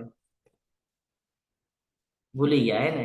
બ્રહ્માજી દ્વારા. બ્રહ્માજી એ સપ્તર્ષિ જે બધા ઋષિ કર્યા એમાંના એક હતા હા, ને? કાલે આપણે જોયું હતું ને, ચતુષ્કુમાર પછી ઋષિઓ બધા આપણે ગઈકાલે જ જોઈ ગયા. તો ભૂલી ગયા આપણે. તો કે આ ભૃગુ નામના જે ઋષિ છે ડાયરેક્ટ ક્યાંથી છે? તો કે બ્રહ્માજી દ્વારા છે. આ કોણ છે? તો કે આપણા પૂર્વજો છે. તો કે મહર્ષિઓની અંદર ભૃગુ નામના ઋષિ હું છું. વાણીના અંદર દિવ્ય ઓમકાર હું છું. જ્યારે આપણે વાણી બોલીએ તો એમાં ઓમકારનો ઉલ્લેખ થાય છે ને. કોઈ પણ મંત્ર તમે લઈ લો, કયો પણ મંત્ર, ગાયત્રી મંત્ર લેશો તો પણ ઓમકાર આવશે, શિવનો મંત્ર લેશો તો પણ ઓમકાર આવશે, ગણેશનો મંત્ર લેશો તો પણ ઓમકાર. કોઈ પણ મંત્ર લ્યો તમે, કોઈ પણ દેવી દેવતાના મંત્રની શરૂઆત કરશો, કોઈ પણ શાસ્ત્રની શરૂઆત કરશો તો પણ ઓમ આવશે. આપણે મંગલાચરણ પણ બોલીએ છીએ તો શરૂઆત શું થાય છે? ઓમ અજ્ઞાનતિમિરાંધસ્ય આવે છે ને ઓમ. તો તમે કયું પણ ભગવાનના કનેક્ટિંગમાં કાંઈ પણ તમે જો ચર્ચા કરશો તો એમાં ઓમકાર પહેલા આવશે. અને કલયુગ માટે જે યુગ ધર્મ કીધેલો છે એનો પણ ભગવાન જવાબ આપે છે કે સર્વ યજ્ઞોમાં પવિત્ર નામનો જપ હું છું. તમે કોઈ પણ યજ્ઞ કરી લ્યો, આનાથી પહેલા પણ ભગવાને આપણને જ્ઞાન આપ્યું છે કે કોઈ દાન યજ્ઞ કરી લે, કોઈ તપ યજ્ઞ કરી લે છે ને, બધા યજ્ઞ કરી લે, એનું જે ફળ એને જોઈએ છે એટલું ફળ એક કામ કરવાથી માત્ર મળી જાય છે. કયું કામ કરવાથી મળી જાય છે? હરે કૃષ્ણ. કેમ આજે બધા? હા, જપ યજ્ઞ કરવાથી. ભગવાને કીધું ને આનાથી પહેલા આપણને કે ભાઈ તમે કેટલો પણ પ્રયત્ન કરી લેશો, તમે શાસ્ત્રોને વાંચી લેશો, તમે મોટામાં મોટો યજ્ઞ કરી લેશો, તમે મોટામાં મોટું તપ કરી લેશો, તમે મોટામાં મોટું દાન કરી લેશો, તો આનાથી જે ફળ તમને પ્રાપ્ત થાય છે સેમ એજ ફળ તમે ખાલી ભક્તિ કરશો અને ભગવાનના પવિત્ર નામનો જપ કરશો ને તો એનાથી પ્રાપ્ત થઈ જાય છે. આટલો મોટો શોર્ટકટ વે આપણને ભગવાન દ્વારા, ભગવદ્ ગીતા દ્વારા આપણને પ્રાપ્ત થયો છે, પણ આપણે એને એક્સેપ્ટ જ નથી કરતા કે સર્વ યજ્ઞમાં પવિત્ર નામનો જપ હું છું. અત્યારે આપણે શેનો જપ કરીએ છીએ? હરે કૃષ્ણ મહામંત્રનો જપ કરીએ છીએ. શા માટે કરીએ છીએ હરે કૃષ્ણ મહામંત્રનો જપ? બીજો કેમ કોઈ નથી કરતા? એ આચાર્યોએ આપેલો મહામંત્ર છે પ્રભુજી, ઓકે પરંપરામાંથી આવેલો છે. ઓકે, અને હજી કોણ કહેશે? કળિયુગનો યુગ મંત્ર છે. અહીંયા જો ભગવાન આપણને કહી રહ્યા છે કે ભગવાન કઈ કઈ જગ્યાએ કેવી કેવી રીતે ઉપસ્થિત છે, બરાબર? અને હરે કૃષ્ણ મહામંત્રમાં જે ઉચ્ચારણ આવે છે ને, તો એ ભગવાન કૃષ્ણ માટે આવે છે. અને જે એનું પહેલું જ્યારે વિસ્તાર કરવાની શરૂઆત થાય છે તો સૌથી પહેલું બલરામજી આવે છે ને, સૌથી પહેલા કોણ આવે છે? બલરામજી આવે છે. એટલે જ્યારે હરે કૃષ્ણ મહામંત્રની શરૂઆત કરીએ છીએ ને તો જ આપણને ભગવાનની જે સ્ટાર્ટિંગ છે ને એ યાદ અપાવે છે. એટલે આપણે કોઈ દિવસે ભૂલી ન શકીએ એવો આ મંત્ર છે. તો મંત્ર બોલતાની સાથે આપણને યાદ આવવું જોઈએ કે આપણે કોને યાદ કરીએ છીએ. અને બીજા મંત્રમાં એ ઉલ્લેખ નથી. આ સમજવું બહુ જરૂરી છે. હરે કૃષ્ણ મહામંત્રનું આપણે એક દિવસે વિશ્લેષણ કરશું કે આપણે એની પહેલા પણ કર્યું છે કે 16 અક્ષરનો શું કામ છે, એની પાછળનું રીઝન શું છે, આ આપણે એકવાર સમજવાનો પ્રયત્ન કર્યો હતો. પણ હરે કૃષ્ણ મહામંત્ર એટલો પાવરફુલ છે જેટલો પુરોહિતો માટે ગાયત્રી મંત્ર છે. જે પુરોહિતો હોય એટલે કે જે બ્રાહ્મણ હોય, બ્રાહ્મણ કોને કહેવાય આપણે જોયું છે, જે શાસ્ત્રોને ફોલો કરતા, જેની પાસે આ જ્ઞાન હોય એને બ્રાહ્મણ કહેવાય. અને બ્રાહ્મણની ક્વોલિટી જ્યારે ચેક થાય અને એમાં પાસ આઉટ થાય તો એને મંત્ર આપવામાં આવે, એને કહેવાય ત્રિકાળ સંધ્યા. જ્યારે ત્રિકાળ સંધ્યા કરે ત્યારે આ ગાયત્રી મંત્રનો ઉપયોગ કરવામાં આવે. એટલો પાવરફુલ છે આ ગાયત્રી મંત્ર કે ગાયત્રી મંત્રના નામ જપથી, એટલે જે લોકો પુરોહિત હોય એ લોકો ગાયત્રી મંત્રના નામ જપથી ભગવાન કૃષ્ણને પ્રસન્ન કરે છે. અને ભગવાન કૃષ્ણ પ્રસન્ન થાય ત્યારે એના જીવનમાં ભક્તિ વધે છે, જ્ઞાન વધે છે. આ શાસ્ત્રોમાં પ્રમાણ છે. તો ગાયત્રી મંત્રને એટલે મહત્વ છે. જ્યારે આપણે આપણા ઇસ્કોનની સાથે પણ કનેક્ટિવિટી સાથે જોવું હોય તો જ્યારે બ્રાહ્મણ દીક્ષા ગ્રહણ કરાવવામાં આવે, બ્રાહ્મણ દીક્ષા ત્યારે આપણને પ્રાપ્ત થાય જ્યારે આપણે 4 નિયમોને ફોલો કરતા હોય, ઘણા બધા રૂલ્સ રેગ્યુલેશન્સ છે એને ફોલો કરતા હોય અને એ પૂરતા પ્રમાણમાં આપણી પાસે જ્ઞાન હોય. જેમ કે ભક્તિ શાસ્ત્રી શીખેલા હોય, ભક્તિ વૈભવનું થોડું ઘણું જ્ઞાન હોય, ભાગવતમનું જ્ઞાન હોય, ભગવદ્ ગીતા આખી આવડતી હોય, બીજા જે ગ્રંથો છે જેમ કે ઉપનિષદો છે એમાંના અમુક આપણને આવડતા હોય. તો આ બધું જ્યારે આવડતું હોય એનું ઇન્ટરવ્યુ લેવામાં આવે, એને એક્ઝામ આપવામાં આવે, એક્ઝામ આપીને પછી ઇન્ટરવ્યુ થાય અને પછી એને બ્રાહ્મણ દીક્ષા આપવામાં આવે કે હા તારામાં હવે એ ક્વોલિટી છે. અને જ્યારે બ્રાહ્મણ દીક્ષા પ્રાપ્ત થાય ત્યારે એને મંત્ર આપવામાં આવે. પાછું એને ત્યારે 2 મંત્ર કરવાના હોય.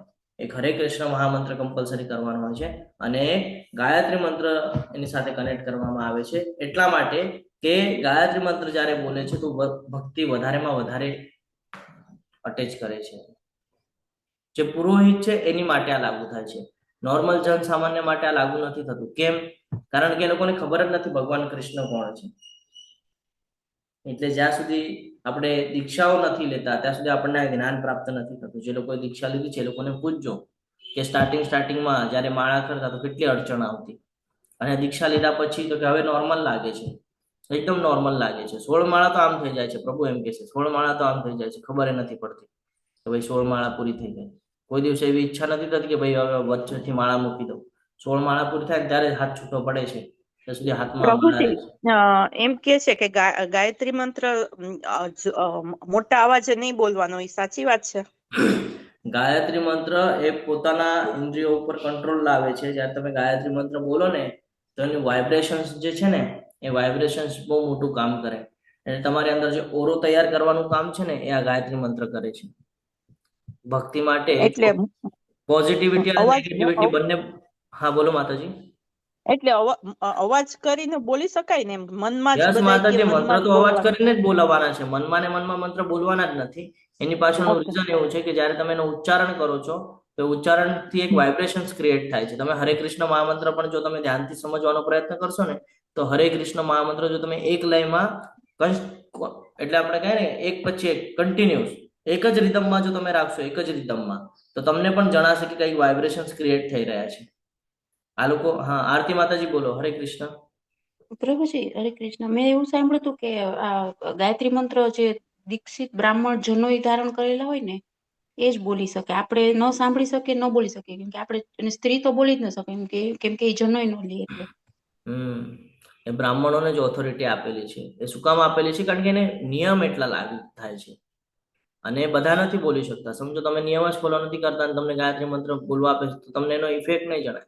પણ જે લોકોએ દીક્ષા લીધેલી છે, જે લોકોએ જનેવધારી, જે લોકો બ્રાહ્મણ હશે, હવે તો બહુ ઓછા જોવા મળે છે બ્રાહ્મણ હોય છે, જનોઈ પણ ધારણ કરેલી હોય છે, પણ ત્રિકાળ સંધ્યા શું છે ખબર નથી અને ગાયત્રી મંત્ર શું છે એ ખબર નથી. એ લોકો નથી સમજી શકતા આ બધું. પરંતુ જે લોકો સિરિયસલી ફોલો કરે છે, તમે એને કોઈક દિવસે મળજો તો એ તમને કહેશે કે આ ગાયત્રી મંત્ર જ્યારે આપણે બોલીએ છીએ તો એનાથી ભક્તિમાં વધારો થાય છે. પણ આ કોણ કરી શકે? જેને ઓલરેડી જ્ઞાન છે, જેને ખબર છે કૃષ્ણ શું છે, એ આ કરી શકે છે. શું કામ? કારણ કે શરૂઆત જ ત્યાંથી થાય છે. શરૂઆત જ ત્યાંથી થાય છે અને આ એક પ્રકારને એમ કહીએ ને કે શક્તિ છે. ગાયત્રી મંત્ર બ્રાહ્મણો માટે એક પ્રકારની શક્તિ છે કે જેનાથી એને નેગેટિવિટી કનેક્ટ ન થાય. જ્યારે ગાયત્રી મંત્ર બોલે ને તો એને નેગેટિવિટી કનેક્ટ ન થાય. ને તો આ માયાદેવી તો એટલી પ્રબળ છે કે બધા ઉપર દ્રષ્ટિપાત કરે અને બધા એને ફસાવાનું કામ કરે. તો કે એમાં ફસાય ને એટલા માટે ત્રિકાળ કહેવામાં આવે છે ને 3 કાળમાં કરવામાં આવે છે. એક સવારે સવારે પરોળીએ, એક બપોરે મધ્યાહન થાય ત્યારે અને એક સાંજે જ્યારે સૂર્યાસ્ત હોય ને એની થોડાક સમયની પહેલા.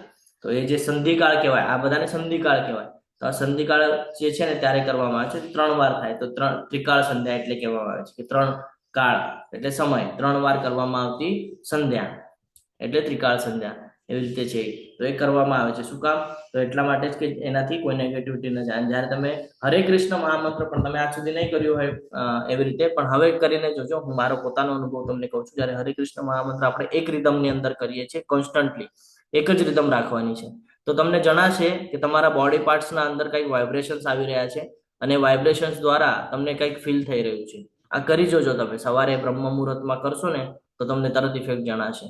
તમે કરજો આ અને પછી મને કહેજો. 18મા અધ્યાયના છેલ્લે આપણે ચર્ચા કરશું ત્યારે મને કહેજો કે શું તમને ફરક જણાવો છે. આટલો પાવર છે. બસ આપણે એને નોર્મલી લઈએ છીએ. આપણને બધાને એમ લાગે કે ભાઈ માળા કરવાની છે, આપણે આમાં માળા કરતા હોય નોર્મલી છે ને, આપણને કઈ ખ્યાલ જ ન હોય. પણ જે સિરિયસલી થઈને જો માળા કરે ને એક જ રિધમની અંદર, એક જ લયની અંદર, તો એને ખબર પડશે કે ભાઈ શું પાવર છે હરે કૃષ્ણ મહામંત્રનો. કરજો આજથી એટલે ખબર પડશે શું પાવર છે. તો કે જે સર્વ યજ્ઞમાં પવિત્ર નામનો જપ હું છું, સર્વ સ્થાવરોમાં હું હિમાલય છું. હિમાલય આપણને ખબર છે, હિમાલય પર્વતમાંથી શું પ્રાપ્ત થાય આપણને? હિમ એટલે બરફ. અને ત્યાં શું હોય? જડીબુટ્ટીઓ પ્રભુજી. હા, મહત્વની જે જડીબુટ્ટીઓ છે એ બધી હિમાલય પર્વતમાં પ્રાપ્ત થતી. અને હિમાલય પર્વત આખો હિમ વર્ષાથી ભરેલો હોય એટલે ત્યાં વરસાદ આવે પણ ત્યાં પાણીનો વરસાદ ન હોય, ત્યાં હોય બરફનો વરસાદ. એવું એ ક્ષેત્ર છે હિમાલય. બરાબર. હું સર્વ વૃક્ષોની અંદર અશ્વત્થનું વૃક્ષ છું અને હું જ દેવર્ષિઓની અંદર નારદ છું. ગંધર્વોમાં હું ચિત્રરથ છું અને સિદ્ધ પુરુષોમાં હું કપિલ મુનિ છું. ભગવાન અહીંયા કહે છે કે સર્વ વૃક્ષોમાં અશ્વત્થનું વૃક્ષ હું છું. સૌથી પૂજનીય વૃક્ષ પીપળ, વડ એ બધા છે ને. તો કે અશ્વત્થનું વૃક્ષ હું છું. અશ્વત્થના વૃક્ષની પૂજા કરવામાં આવે. અશ્વત્થનું વૃક્ષ સૌથી જૂનું હોય, ઘણા બધા વર્ષો સુધી આપણે એને જોઈ શકીએ. આપણી પેઢીઓની પેઢીઓ પૂરી થઈ જાય ને તો એ ત્યાં વૃક્ષ એનું એમ જ દેખાય. વિશાળકાય વૃક્ષ હોય, એવું નથી કે નાનું એવું હોય. આપણે જયારે વાવીએ ત્યારે નાનું એવું બી હોય, પણ જયારે એ મોટું થાય ત્યારે આપણને ખબર પડે કેટલું વિશાળ છે અને સૌથી પૂજનીય વૃક્ષ છે ને. તો ભગવાન કહે છે કે વૃક્ષો જેટલા પણ છે, આ વૃક્ષની અંદર અશ્વત્થનું વૃક્ષ તું જયારે પણ જોયે ને ત્યારે તને મારી યાદ આવવી જોઈએ. હું જ દેવર્ષિઓમાં નારદ છું. દેવ પ્લસ ઋષિ એટલે જે દેવી દેવતાઓ છે એમાં સર્વશ્રેષ્ઠ જો કોઈ હોય ભક્ત ભગવાનના તો એ નારદજી છે. આપણે નારદજીની ચર્ચા થોડી ઘણી કરી હતી, બાકીને આપણે ભક્તિ વૃક્ષમાં કરશું કે નારદજી કેવી રીતે આ બધું શીખ્યા. નારદજીએ કોઈ ગુરુકુળમાં જઈને શિક્ષા નહોતી લીધી. વર્ણન છે શાસ્ત્રોની અંદર કે એમણે કોઈ ગુરુકુળમાં જઈને શિક્ષા નથી ગ્રહણ કરી, પણ એમની પાસે નામ હતું ભગવાનનું સ્મરણ કરી કરી કરી કરી કરી ને એવા તે ભક્ત થઈ ગયા ભગવાનના કે ભગવાન પોતે 10.26 ની અંદર એમના નામનો ઉલ્લેખ કરે છે કે દેવર્ષિઓની અંદર જે નારદ જે તમે જોવો છો ને, આપણે બધા સિરિયલની અંદર જે નારદ જોઈએ છે એ આપણને ખોટું બતાડવામાં આવે છે. કે ભાઈ એકબીજાની પિન પિન લગાડતા હોય એમ, અહીંયાથી ત્યાં જાય પછી એને કે અહીંયા આમ થતું, પછી ત્યાં જાય એને એમ કે નારદજી આવું કામ કોઈ દિવસે નથી કર્યું. શાસ્ત્રો વાંચે તો ખબર પડે નારદજી હંમેશા ભગવાનના નામનો પવિત્ર નામનો પ્રચાર કરેલો છે. એના આપણને શાસ્ત્ર સંદર્ભ પણ મળે છે. કોને કોને નામ સ્મરણ કરાવવા લગાડ્યું હતું? કઈ કથાઓ આપણે આમાં જોઈ જતા હોઈએ છીએ જે નારદજી દ્વારા આપવામાં આવેલી હતી? ધ્રુવ મહારાજ, પ્રહલાદ મહારાજ. હા, પ્રહલાદ મહારાજ થઈ ગયા, ધ્રુવ મહારાજ થઈ ગયા છે ને. આ બધાને જ્ઞાન આપ્યું અને ભગવત પ્રાપ્તિ માટે પ્રયત્ન કરો કીધું તો તરત એમને રિઝલ્ટ મળી ગયું બંને જણાને છે ને. તો આવી જ રીતે મૃગારી નારદજી, પણ ને પ્રભુજી, હા મૃગારીની વાર્તા. હા, મૃગ રાજાની વાર્તા, ઘણી બધી કથાઓ છે નારદજી વિશે આપણને જેમાંથી જ્ઞાન મળે છે કે નારદજી પાસે કોઈ જ્ઞાન નહોતું, કોઈ ભણ્યા નહોતા, કોઈ શીખ્યા નહોતા, તો પણ એ ભગવાનના સૌથી મહાન ભક્તમાંથી એક ગણાય છે નારદજી છે ને. તો કે દેવર્ષિઓની અંદર નારદ હતું, ગંધર્વોમાં ચિત્રરથ. ગંધર્વ એટલે શું છે ખબર છે? એક લોક છે. આ જે 14 લોક છે ને એમાંથી એક લોક આપવામાં આવેલું છે જેની અંદર ચિત્રરથ. આ ગંધર્વની અંદર શું કરવામાં આવે છે ખબર છે કોઈને? આ જે ગંધર્વ લોક છે એની અંદર શું કરવામાં આવે? હરે કૃષ્ણ. કેવા પ્રભુજી જીવો હરે હોય એની કૃષ્ણ. અંદર? ત્યાં બધા આ નૃત્ય કલા અને જે વિદ્યા વાદન જે વગાડે ઇન્દ્ર માટે થઈને. એક એવા લોકનું નિર્માણ કરેલું છે કે જેને ઇન્ટરેસ્ટ હોય ને ભાઈ મારે મ્યુઝિશિયન બનવું છે, બહુ મોટા સિંગર બનવું છે, એ બધા લોકો ત્યાં તમને ઉપસ્થિત દેખાય. એવા બધા ઈચ્છિત લોકો, એ લોકો ત્યાં પ્રેક્ટિસ કરતા હોય, ગીતો ગાતા હોય. તો એની અંદર જે ચિત્રરથ છે ને એ ચિત્રરથ ભગવાન કે છે એ ચિત્રરથ જે છે એ ચિત્રરથ હું છું એમ કે છે. ઉત્તમ ગાયક તરીકે એનો ઉલ્લેખ કરવામાં આવે છે ચિત્રરથનો દેવલોકની અંદર. તો આ જે ગંધર્વની અંદર ચિત્રરથ છે એ હું છું. અને કે જે સિદ્ધ પુરુષોમાં હું જ કપિલ મુનિ છું. કપિલ મુનિનું નામ શું કામ લીધું છે અહીંયા? સિદ્ધ પુરુષોમાં ઘણા બધા પુરુષોએ સિદ્ધિ પ્રાપ્ત કરેલી છે, પણ કપિલ મુનિનું નામ શું કામ લીધું છે? હરે કૃષ્ણ. ખબર નથી પ્રભુ. ઓકે, એ નાસ્તિક હતા. આ જે કપિલ મુનિ છે એ નાસ્તિક હતા અને નાસ્તિક હોવાથી એ કોઈ દિવસે ભગવાનમાં વિશ્વાસ ન રાખતા.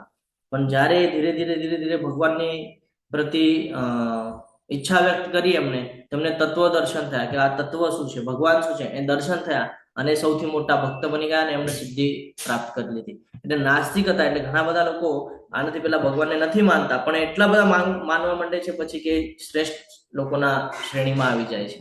એટલે ભગવાન પાછલા અધ્યાયમાં પણ આપણને કહેતા હતા કે અત્યાર સુધી ભલે તે નરાધમ જેવા કર્મ કર્યા હોય, કુકર્મ કર્યા હોય, પણ હવે જો તું ભગવાનની ભક્તિમાં લાગેલ છે, હવે જો તું મારું સ્મરણ કરે છે, તો તું કોણ છે?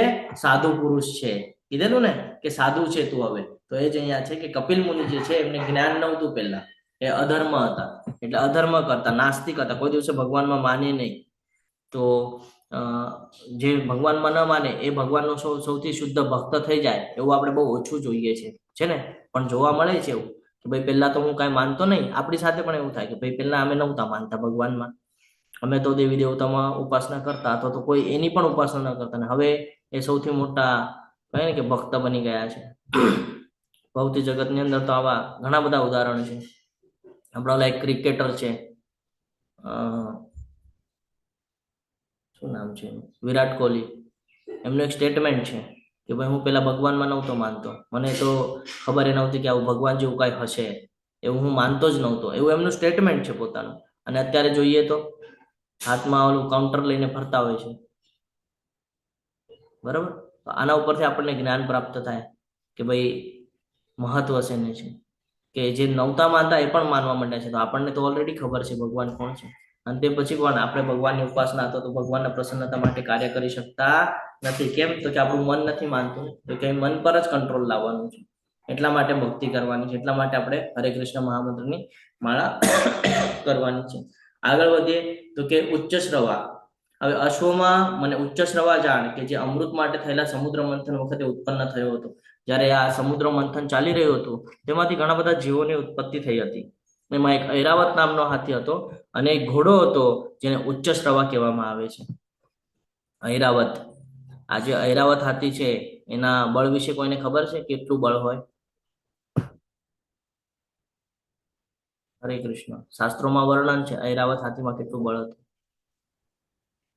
1000 હાથી હોય ને, 1000 હાથી, 1000 હાથીનું બળ એક સાથે તમે કાઉન્ટ કરો ને એટલું બળ ખાલી એક ઐરાવત હાથીના અંદર હતું, જે સમુદ્ર મંથન વખતે ઉત્પન્ન થયા હતા.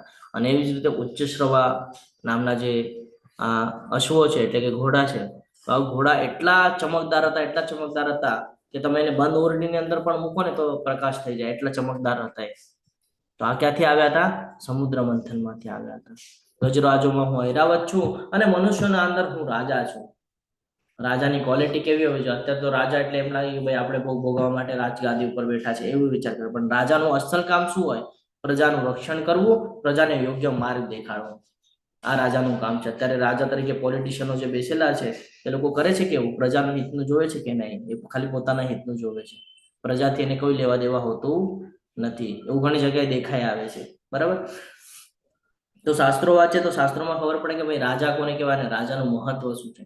તો રાજા જે ફોલો કરે એવી રીતે પ્રજા ફોલો કરે. રાજા જેમ કે ભાઈ તમારે ભક્તિ કરવાની છે, ભાઈ આ નિયમો તમને લાગુ, તો પ્રજા એ પ્રમાણે નિયમોને લાગુ કરીને ભક્તિ કરે. પણ અત્યારના રાજાઓ તો પોતામાં જ મશગુલ છે, એટલે પ્રજા પણ પછી પોતામાં મશગુલ છે અને બધું અધર્મ અધર્મ અધર્મ અધર્મ થઈ રહ્યું છે. સમજી રહ્યા છો? એટલે આ કલયુગ કેવી રીતે ચાલી રહ્યું છે સમજવાનો પ્રયત્ન કરીએ તો ખબર પડે કે ભાઈ રાજાની ક્વોલિટી કોઈનામાં જોવા મળતી નથી, અને જેનામાં જોવા મળે છે એ લોકોને કોઈ પૂછતું નથી, કારણ કે એ ધર્મની સાઈડ છે ને, એ ધર્મની સાઈડ છે, એ સુધારવા માંગે છે પણ કોઈને સુધરવું નથી, એટલે એ લોકોની વેલ્યુ ઓછી છે અને જે ખરાબ બાબતો કરી રહ્યા છે એ લોકોની વેલ્યુ વધારે છે. એટલે જ આપણે જોઈએ છીએ કે દૂધ વાળાને ઘરે ઘરે જઈને દૂધ આપવું પડે છે, જ્યારે આલ્કોહોલ વાળા જગ્યા પર બેસીને આલ્કોહોલ વેચે છે. ખરાબ છે ને, એટલે કઈ કરવાની જરૂરત નથી. જ્યારે દૂધ વાળાને સારું છે ને, ઘરે ઘરે જઈને દેવું પડે છે. તો આ સમજવું જરૂરી છે.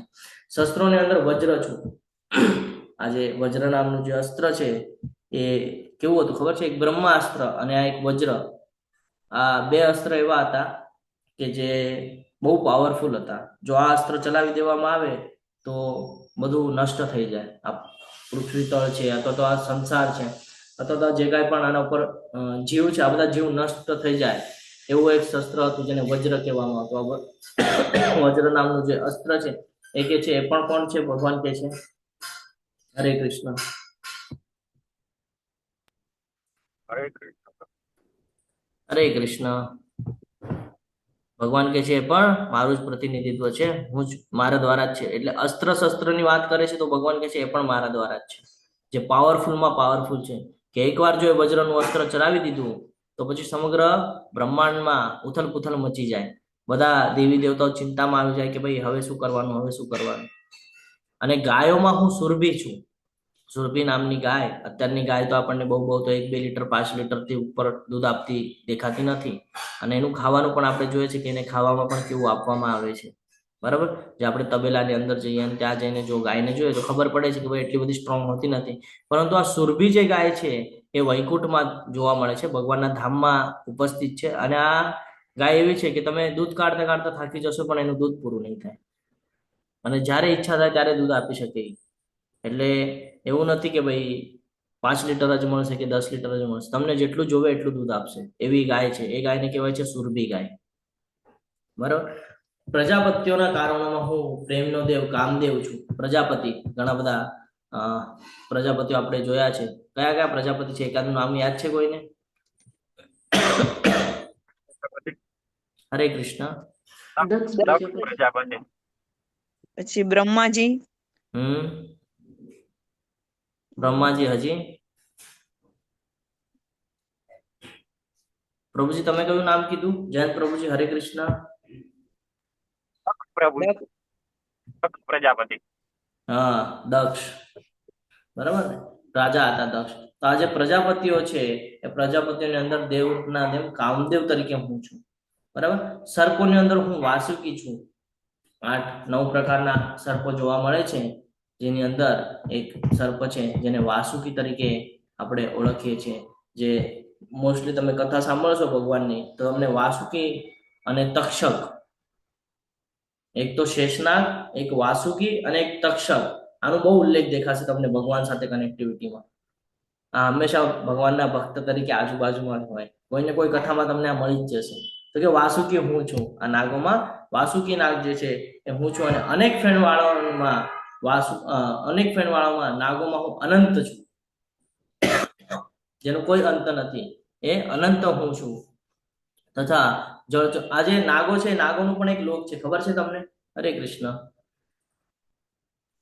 હા પ્રભુજી, નાગલોક ને? હા, એ લોકોનું પણ એક સેપરેટ લોક છે કે જ્યાં એ લોકો વાસ કરે છે. એ લોકો પૃથ્વી ઉપર પણ છે અને એ લોકોનું સેપરેટ એક લોક પણ છે જેને નાગલોક તરીકે વર્ણન કરવામાં આવે છે. ત્યાં ખાલી નાગો હોય બધા. આગળ કે છે કે જળચોરોમાં હું વરુણ દેવ છું, એટલે જે પાણીના દેવતા, જેમની પાસે પાણીની ડ્યુટી આપેલી છે કે ભાઈ તમારે આ પાણી પુરવઠો કરવાનો, આ સમુદ્ર આપ્યો છે, આ સમુદ્રમાંથી પાણી લેવાનું છે અને તમારે આ લોકોને વહેંચણી કરવાની છે. તમારા મન પ્રમાણે તમે વહેંચણી નથી કરી શકતા, તમને મારી પાસેથી પરમિશન લેવી પડશે કે ભાઈ મારે અહીંયા પાણી મૂકવું છે તો મારે કેટલા એરિયામાં મૂકવાનું છે, અથવા તો શું આખા સ્ટેટમાં પાણી આપવાનું છે કે અમુક જગ્યાએ જ નાખવાનું છે. પછી ભગવાન કહે કે ના, અહીંયા નાખી દેજે, વધારે પાણી નહીં વાપરવાનું છે ને. એટલે આપણે ક્યારેક ક્યારેક જોઈએ છે કે અમુક જગ્યામાં વરસાદ હોય ને અમુક જગ્યામાં એકદમ સૂકું સૂકું હોય. વરસાદની સિઝનમાં જોવા મળે આપણને કે અમુક જગ્યાએ ધોધમાર વરસાદ પડતો હોય અને અમુક જગ્યાએ એકદમ સૂકું સૂકું જોવા મળે આપણને. તો આ કોના દ્વારા થાય છે? તો કે વરુણ દેવ દ્વારા થાય છે. તો વરુણ દેવ કોનું પ્રતિનિધિત્વ કરે છે? તો કે ભગવાન કૃષ્ણનું પ્રતિનિધિત્વ કરે છે. એમના દૂત છે, બરોબર, એમના અંગ છે કે ભાઈ કરવું તો છે, આપણો આ હાથ છે એને કામ તો કરવું છે, પણ જ્યાં સુધી હું ઈચ્છા નહીં કરું ત્યાં સુધી હાથથી કામ નહીં થાય. તો એવી કઈક સિચ્યુએશન છે. પછી કે છે દિગ્વંત પિત્રોમાં હું આર્યમાં છું. પિતૃલોકની વાત પણ આવી ગઈ અહીંયા. ભગવાન આપણને અલગ અલગ લોક પણ યાદ અપાવે છે કે ભાઈ આર્યમાં એટલે કોણ છે ખબર છે? હવે જો કોઈ દિવસે પિતૃ તર્પણ ને બધું કર્યું હોય તો તમને યાદ આવે કે દેવતા પ્રભુજી, હા, પિતૃઓના દેવતા. હા, અધિષ્ઠાતા છે એના. જ્યારે પિતૃઓની પૂજા કરે ને તો એમને પહેલા યાદ કરવામાં આવે આર્યમાને. તો કે આર્યમાં હું છું અને નિયમોનું પ્રવર્તન કરનારા નિયામકોમાં હું મૃત્યુદેવ યમરાજ છું. જે ફિક્સ છે, મૃત્યુ આવવાનું જ છે. એ જે નિયમો છે એ નિયમ અનુસાર ચાલે છે. યમરાજ જે છે એ કેવી રીતે ચાલે છે? નિયમો અનુસાર. એમને ખબર છે ક્યારે એમના દૂતોને મોકલવાનું છે, ક્યારે પાસા નાખીને લઈ આવવાના છે. તો આ મૃત્યુનું કામ છે ને એ યમરાજને આપ્યું છે. યમરાજ કોની ઉપાસના કરે છે ખબર છે તમને? યમરાજના બેનનું નામ ખબર છે? યમુના. હા, અને કોની ઉપાસના કરે છે? કૃષ્ણ. કૃષ્ણ ભગવાન. ભગવાન કૃષ્ણ. હા, તો હવે વિચાર કરો કે તમે ભગવાન કૃષ્ણના શરણમાં હો અને કોઈ દિવસે એવી સિચ્યુએશન આવી કે ભાઈ હવે મૃત્યુ નજીક છે, હવે આ પ્રાણ ત્યાગવાના છે, આ શરીરને ત્યાગી દેવાનું છે, બરાબર? તો એવા સમયે શું સિચ્યુએશન ક્રિએટ થશે? જો તમને યમના દૂત લેવા આવવાના હશે તો એમની બેન એમને કહેશે નહીં કે ભાઈ એ પણ એની જ ભક્તિ કરે છે જેની હું ભક્તિ કરું છું? કોના દૂતને મોકલાવશે? નારાયણના દૂતને મોકલાવશે. યમના દૂત કોઈ દિવસે નહીં આવે. અને કીધું છે જે ભાગવતમ અને ભગવદ્ ગીતાનું સદા સ્મરણ કરે છે ને એને કોઈ દિવસે યમના દૂત લેવા નથી આવતા, એને નારાયણના દૂત લેવા આવે છે. આનો જ અર્થ એ કે યમના દૂત આવે તો આપણો પતન નિશ્ચિત છે અને નારાયણના દૂત આવે તો આપણો ઉદ્ધાર નિશ્ચિત છે. એટલા માટે હંમેશા કહેવામાં આવે છે કે નિર્ણય આપણા હાથમાં છે કે આપણે કેવી રીતે લેવાનું છે. તો કે નિયમનનું પ્રવર્તન કરનાર નિયામકોમાં હું મૃત્યુદેવ છું, જેને યમરાજ તરીકે તમે ઓળખો છો. આગળ કે છે દૈત્ય અસુરોમાં હું ભક્તરાજ પ્રહલાદ છું. એમનો જન્મ ક્યાં થયો હતો? દૈત્ય અસુરમાં થયો હતો. હા, દૈત્ય અને દેવી વિશેનું જ્ઞાન પણ આપણને આગળ આવશે, આગળના શ્લોકમાં આવશે, કારણ મેં વાંચેલો હતો એક શ્લોક જેની અંદર આપણને આ જ્ઞાન પ્રાપ્ત થાય છે કે ભાઈ કેવી રીતે આ પ્રહલાદ મહારાજને કહીએ ને કે પ્રાપ્ત થયું કે દૈત્યોની અંદર હતા તો પણ દૈવી ઘટનાઓ એમની સાથે થઈ બધી છે ને. કન્ટિન્યુઅસ ભગવાનનું સ્મરણ કરતા હતા અને સ્મરણ કરવાની સાથે ઘણા બધા લોકો પ્રયત્ન કરતા હતા. એટલે જે રાજા હતા એમના પિતા એ કે ભાઈ મારું જ નામ લે, મારું જ નામ લે. એ કે નહીં, મારાથી નહીં થાય, હું તો ભગવાનનું જ નામ લઈશ. ભગવાનનું નામ લેતા હતા. ખબર પડે છે કે આ ભાઈ કોઈકનું નામ લે છે, આ મારું નામ નથી લેતો, જ્યારે હું સર્વશ્રેષ્ઠ છું, મારી આગળ બધી કન્ડિશન્સ મારી આગળ અપ્લાય થયેલી છે કે મને કોઈ મારી નહીં શકે, તો પછી પણ આ મને મહત્વ નથી આપતો અને પછી એના ઉપર અલગ અલગ એના કેના પ્રકારે એનો જીવ લેવાનો પ્રયત્ન કરે છે. અને ભગવાન કન્ટિન્યુઅસ એને બતાડે છે કે હું તારી સાથે છું. એ કોઈ દિવસે વિચલિત નથી થતા, કોઈ દિવસે ડરતા નથી, ભયમાં નથી આવતા. એને કોઈ પણ સિચ્યુએશનમાં મૂકવામાં આવે છે, ખાલી ભગવાનનું સ્મરણ ચાલુ છે અને અનન્ય ભક્તિના લીધે ભગવાન એને બચાવી લે છે. એટલે કે છે દૈત્ય અસુરમાં હું ભક્તરાજ પ્રહલાદ છું. એટલે કે કોઈ એવું વ્યક્તિ હોય કે જે નાસ્તિક હોય, જે અધર્મી હોય, એ પણ ભગવાનનું શુદ્ધ ભક્ત બની શકે છે. એ આપણે અહીંયાથી સમજી શકીએ છીએ. આગળ કે છે દમન કરનારોમાં હું કાળ છું. કાળ એટલે શું? સમય, જે કન્ટિન્યુઅસ ચાલી રહ્યો છે. કોઈ દિવસે ખમે છે કે નહીં? તમે કેટલો પણ પ્રયત્ન કરી લો કે ભાઈ નહીં હવે આ સમય અહીંયા જ ખમી જાય, કોઈ દિવસે નહીં ખમે. જે સમય ગયો છે ને એ પાછો કોઈ દિવસે નહીં આવે. જે સમય વયો ગયો છે એ ફરી પાછો કોઈ દિવસે નહીં આવે, એટલે એની વેલ્યુ કરવી બહુ જરૂરી છે. એટલે અહીંયા ભગવાન ઉલ્લેખ કરે છે કે દમન કરનારોમાં હું કાળ છું, જે સતત ચાલ્યા કરે છે. સતત આપણો સમય ઓછો થઈ રહ્યો છે. એક મિનિટ, એક સેકન્ડ આપણા જે અહીંયા જીવન વ્યતીત કરવાનું છે ને એના અંદરથી ઓછી થઈ રહી છે. તો આ સમજવું બહુ જરૂરી છે કે કાળ સમયની અહીંયા વાત કરે છે. પશુઓની અંદર હું સિંહ છું, સૌથી કહીએ ને કે ખતરનાક જેને ગણવામાં આવે છે, જેનાથી આપણને ભય લાગે, ડર લાગે એવું, તો કે સિંહ હું છું. અને પક્ષીઓમાં હું ગરુડ છું. છે ને પક્ષીની અંદર ગરુડ કીધા છે, જે ગરુડ પણ એ પક્ષીઓનો રાજા છે અને સિંહ એ પ્રાણીઓનો જંગલનો રાજા છે. આપણને બધાને ખબર છે. તો કે એ ગરુડ પણ હું છું. ગરુડ પોતાના મનના ગતિથી ચાલે છે, ભગવાનના પ્રતિનિધિત્વ કરવા વાળા પણ છે. કેવા? તો કે ભાઈ ગરુડજી એના મનના ગતિથી ચાલે. તો આપણને બધાને ગજેન્દ્ર મોક્ષની કથા સાંભળી હોય તો એમાં ઉલ્લેખ છે ગરુડજીનું કે ભાઈ એ પોતાના મનના ગતિથી ચાલે, ક્યાંક એનું મન ક્યાંક ઓલું થઈ ગયું તો બીજી જગ્યાએ મને પહોંચાડી દેશે. તો ભગવાન એટલા સ્પીડમાં આવે છે એ હાથીને બચાવવા માટે કે હા કે છે ત્યારે ઉપર વૈકુંઠમાં છે અને થી કે છે ત્યારે મૃત્યુલોકમાં ઉપસ્થિત છે. આટલી સ્પીડ છે કે ભાઈ આ ગરુડ ક્યાંક અહીંયા ત્યાં ન લઈ જાય. તો કે સિંહ અને ગરુડ પણ હું જ છું, એ મારું જ પ્રતિનિધિત્વ કરે છે. પવિત્ર કરનારામાં હું વાયુ છું. વાયુ હવા જે છે એ પવિત્ર છે. શું કામ પવિત્ર છે? હરે કૃષ્ણ. શું કામ કીધું છે પવિત્રમાં હું વાયુ છું? તમે જયારે સવારે ઉઠો બ્રહ્મ મુહૂર્તમાં અને તમે જો બારે બેસેલા હો ખુલ્લામાં, તમે શ્વાસ લો તો કેવું ફીલ આવે તમને? હવે તમે કહેશો પ્રભુ અમે બારે જ નથી બેઠા, અમને કેમ ખબર પડે? પોઝિટિવ પ્રભુજી. એક અલગ પ્રકારની ઉર્જા આવે ને તમારી અંદર, ફ્રેશનેસ ફીલ થાય તમને કે એ જે વાતાવરણ હોય એની અંદર તમે બેસો તો તમને એકદમ ફ્રેશનેસ ફીલ થાય, એવું શાંત અને મસ્ત વાતાવરણ હોય. તો પવિત્ર કરનારામાં હું વાયુ છું. જ્યારે તમે સવારનો વાયુ લ્યો ને, પ્રાણવાયુ કહેવામાં આવે, સવારે જે વાયુ લ્યો ને એ વાયુથી તમારા બોડી સ્ટ્રક્ચરમાં ઘણો બધો ઇફેક્ટ આવે છે. એટલે સવારે ઉઠીને જે માળા કરવાનું કહે છે ને એટલા માટે કહે છે કે તમે સવારે ઉઠીને આવી રીતે માળા કરતા હો તો એ ફ્રેશ વાયુ, જ્યારે તમે કઈ બોલો ને તો તમારું શ્વાસની ગતિ વધી જાય. તમે કોઈ સાથે ચર્ચા કરતા હો તમારા શ્વાસની ગતિ વધી જાય તમે બોલો એનાથી. તો શું થાય? શ્વાસ ફટાફટ લેવાય. એનાથી શું થાય? ઓક્સિજન, તમે સારો ઓક્સિજન અંદર પુરાવી રહ્યા છો તમારા શરીરને, જેના લીધે તમારા જે સ્કિન ને એ બધું છે ને એના ઉપર ઇફેક્ટ કરે. એ બધું સ્કિન ને બધું સરસ થતું જાય. શેના લીધે? ઓક્સિજનના લીધે. આ ડોક્ટર હોય ને એને પૂછજો, ડોક્ટર તમને વિસ્તૃતમાં કહી શકશે મારી કરતા પણ. એટલે જે ડોક્ટર એને પૂછજો કે સવારે બ્રહ્મ મુહૂર્તમાં ઉઠી ને લોકો વ્યાયામ શું કામ કરે છે સવારમાં જઈને? એટલા માટે જ કરે છે. વ્યાયામ કરે એટલે શ્વાસોચ્છ્વાસની જે પ્રક્રિયા છે ફાસ્ટ થઈ જાય, એની ગતિ વધી જાય અને ત્યારે જે વાયુ ફટાફટ લેવામાં આવે એ આપણા બોડી માટે, આ જે પંચતત્વનું બનેલું શરીર છે એને ઓક્સિજન પુરવા માટે બહુ મહત્વનું છે. એના સેલ્સ તૈયાર કરવા માટે એ વાયુ બહુ મહત્વનું છે. એટલે કે છે પવિત્ર કરનારામાં હું વાયુ છું અને શસ્ત્ર ધારણ કરનારામાં હું રામ છું. માછલીઓની અંદર હું મગર છું. એટલે કે માછલીઓની અંદર એટલે કે જે સમુદ્રના અંદર જે સૌથી મોટું જો કાંઈ હોય બરાબર તો એ મગર છે, માછલી જેવું. શું કામ મોટું કીધું છે? એમ તો માછલી તો વેલ માછલી પણ હોય છે, શાર્ક માછલી પણ હોય છે, એ પણ બહુ મોટી હોય છે. તો મગર જ કેમ કીધું છે? હરે કૃષ્ણ. હરે કૃષ્ણ. કારણ કે મગર એવું છે એની સામે કઈ પણ માછલી મૂકો મગરને જોઈને ડરે જ છે. તમે ટ્રાયલ કર્યું હશે કોઈક વાર, તમે જો ઓલી ચેનલ આવે છે ને ડિસ્કવરી ને એ બધું, એમાં જોયું હશે તો ખબર પડશે. મોટી માછલીઓ મગરને જોઈને ભાગી જાય. શું કામ? ખબર છે ભાઈ એનું મોઢું જ એક તો આટલું, અડધાથી વધારે તેનું મોઢું ખુલી જાય છે અને એના દાંત એટલા તીક્ષ્ણ છે કે બેઠા ભેગું પૂરું કરી નાખશે આપણને. તો માછલીઓમાં હું મગર છું અને વહેતી નદીઓમાં હું જ ગંગા છું. આવી ગયું ગંગાનો ઉલ્લેખ પણ.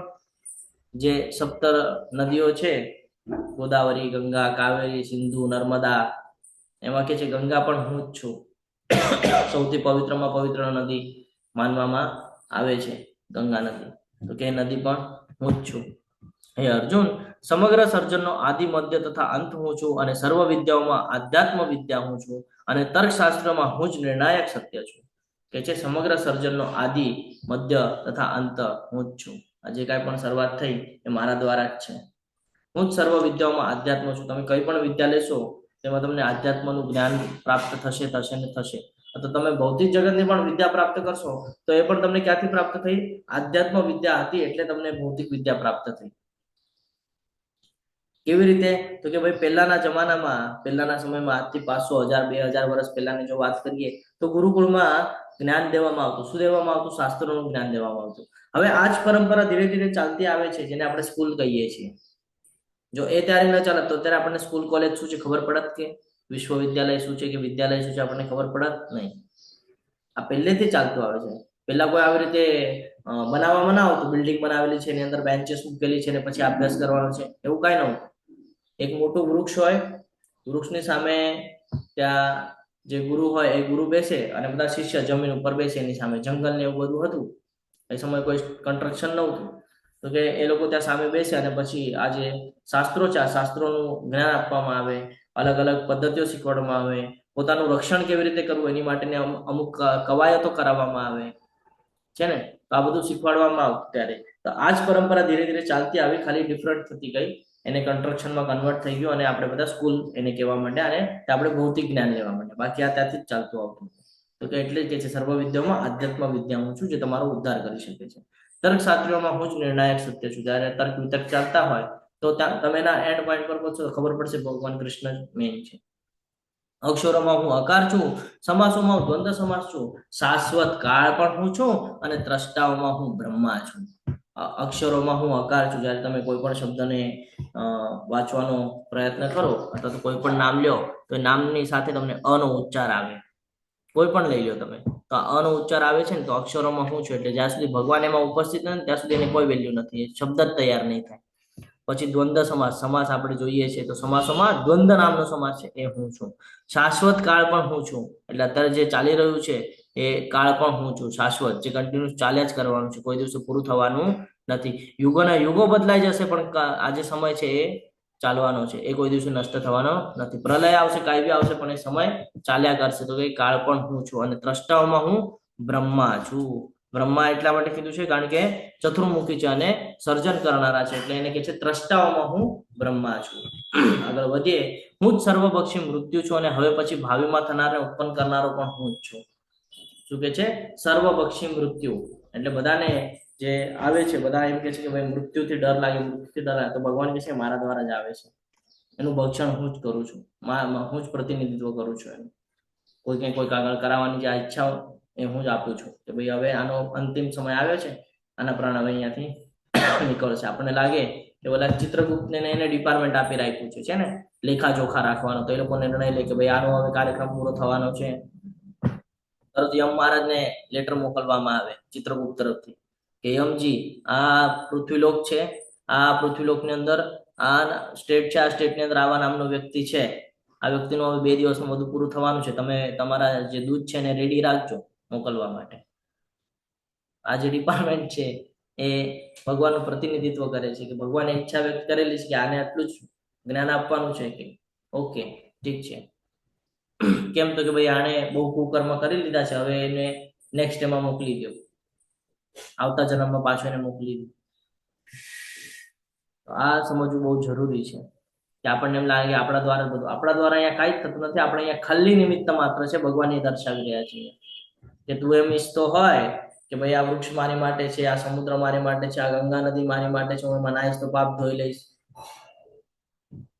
શરીર શુદ્ધ થાય છે, પાપ નથી ધોવાતા. પાપ ધોવા માટે ભક્તિ મહત્વની છે, ત્યારે પાપ ધોવાય છે. આપણને એવું થાય કે ગંગામાં એક ઓલા લોકોને લાગુ થતું હતું કારણ કે ઓલા લોકો ઓલરેડી ભક્તિના માર્ગમાં હતા અને એ સાધુ પુરુષ ના હતા, તો એ લોકોને મહત્વ હતું. આપણા જેવા પતિત લોકો કેટલું પણ સ્નાન કરે, તમે જુઓ, તમે સ્નાન કરીને આવો છો, તમારા અંદર ભક્તિ વધે છે? નથી વધતી. તો પછી કેવી રીતે સમજવાનું? ખાલી શરીર શુદ્ધ કરીને આવો છો તમે, આંતરિક શુદ્ધિ તો જરૂરી છે ને. તો આંતરિક શુદ્ધિ કેવી રીતે કરી શકાય? તો કે હરે કૃષ્ણ મહામંત્ર દ્વારા આંતરિક શુદ્ધિ થાય છે. પછી કે છે ભાવિમાં ઉત્પન્ન કરનારો પણ હું છું. કોઈ મૃત્યુ થઈ જાય તો પાછો એ જન્મ લેશે, તો કે મારા ઈચ્છાથી જ પ્રગટ થશે, એ વગર એ જન્મ લઈ શકતો નથી. સ્ત્રીઓની અંદર આ બહુ મહત્વનું છે. સ્ત્રીઓની અંદર હું કીર્તિ, લક્ષ્મી, વાણી, સ્મૃતિ, બુદ્ધિ તથા ધૃતિ અને ક્ષમા છું. આ બધી ક્વોલિટી સ્ત્રીની અંદર આપવામાં આવેલી છે. એટલે તમે ઘણા લોકોને એમ કહેતા સાંભળો છો ને કે સ્ત્રી વર્ગ એવું છે કે કોઈના જીવનમાં આવે તો એક તો બહુ ઉપર લઈ જાય, બહુ પ્રસિદ્ધિ કરાવી દે, અને કાં તો બધું નષ્ટ કરાવી નાખે. શું કામ? કારણ કે એની પાસે આટલી ક્વોલિટીઓ છે. જેમ ભગવાન પાસે બધા ઐશ્વર્યો છે, એમ ભગવાને પણ સ્ત્રી જાતિને અમુક ક્વોલિટીઓ આપીને રાખેલી છે કે એ ખાલી એમની પાસે છે. જે પુરુષ વર્ગ છે એમની પાસે એટલું બધું હોતું નથી. કીર્તિ, લક્ષ્મી, એને પોતાને જ લક્ષ્મી કહેવામાં આવેલું છે. જે સ્ત્રી વર્ગ છે એને લક્ષ્મીની ઉપમા આપવામાં આવેલી છે. પણ અત્યારે આપણે આ બધું સમજી શકતા નથી, કારણ કે આપણને પહેલેથી આ બધું જ્ઞાન આપવામાં આવેલું નથી. જ્ઞાન નથી આપ્યું એટલે આપણે વેલ્યુ કરતા નથી, અને ભૌતિક જગત સાથે સંકળાયેલા છે એટલે વેલ્યુ નથી થઈ રહી, તો બધું નષ્ટ કરી રહ્યા છે ને. આખું જીવન ખરાબ કરી રહ્યા છીએ આપણે, પણ કોઈ દિવસે સમજી શકતા નથી. જે લોકો પોતાના ઘરમાં સ્ત્રી વર્ગની કહીએ ને કે વેલ્યુ નથી રાખતા, તો એને માન આપતા નથી, એ લોકો જો હંમેશા દુઃખમાં તમને જોવા મળશે, હંમેશા દુઃખી જોવા મળશે. આ રિયાલિટી છે. અને જે ઘરમાં સ્ત્રી વર્ગનું, સ્ત્રી જાતિનું સન્માન કરવામાં આવતું હશે ત્યાં બધું વ્યવસ્થિત દેખાશે, કારણ કે એની પાસે આટલી ક્વોલિટીઓ છે. કીર્તિ છે, લક્ષ્મી છે. જ્યાં સ્ત્રી વ્યવસ્થિત રીતે હોય ત્યાં લક્ષ્મી પણ આવે છે. વાણી, એની વાણી બહુ મહત્વની હોય છે. જો એ વાણીથી શું કરે છે, આખું કુટુંબ ચલાવે છે. ક્યાં શું બોલવું છે, કોને કેમ સમજાવવું છે. નાના બાળકને પણ સમજાવતા આવડે, પોતાના જે કહીએ ને કે પતિદેવ હોય એને પણ સમજાવતા આવડે. કોઈ પણ વર્ગનું એની સામે વ્યક્તિને મૂકી દે એને બરાબર સમજાવી લે છે, એને ખબર છે કેમ સમજાવવાનું છે. સ્મૃતિ, હંમેશા યાદ રાખે. સવારે ઉઠવાથી લઈને રાતના સુવા સુધીનું શું કામ છે ને બધું યાદ હોય. મોસ્ટલી ભૂલે નહીં, બધાનું બધું જોઈ લે. સવારે ઉઠે, રસોઈ કરે, કપડાં વાસણ બધું જે કાંઈ પણ કરે, ટિફિન બનાવે, છોકરાઓને સ્કૂલમાં મૂકી આવે, સાંજે લાવે, બધું કરી લે. પણ આપણે એને કહીએ છીએ ભાઈ આખો દિવસ તે કર્યું જ શું. ઘણા બધા લોકો એવું કહેતા હોય. બુદ્ધિ, બધાને જ્ઞાન પણ પ્રોવાઈડ કરે, બાળકોને ઉછેરે, બરાબર. જે સંસ્કાર છે, સંસ્કાર આપવાનું કામ, કારણ સૌથી વધારે સમય કોઈ પણ બાળક માતા સાથે જ કરે છે ને. સૌથી વધારે સમય કોના સાનિધ્યમાં હોય? માના સાનિધ્યમાં હોય. ઘરમાં આવે એટલે માના સાનિધ્યમાં હોય. પિતા તો ડ્યુટી પર ગયા હોય તો પિતા તો રાતના ખાલી સમય આપી શકે, એમાં પણ થોડોક જ સમય આપે. સન્ડે વગેરે હોય તો વધારે સમય આપી શકે, બાકી સમય આપતા નથી. પણ જે સ્ત્રી વર્ગ છે એમની સાથે બાળક છે વધારે સમય હોય છે.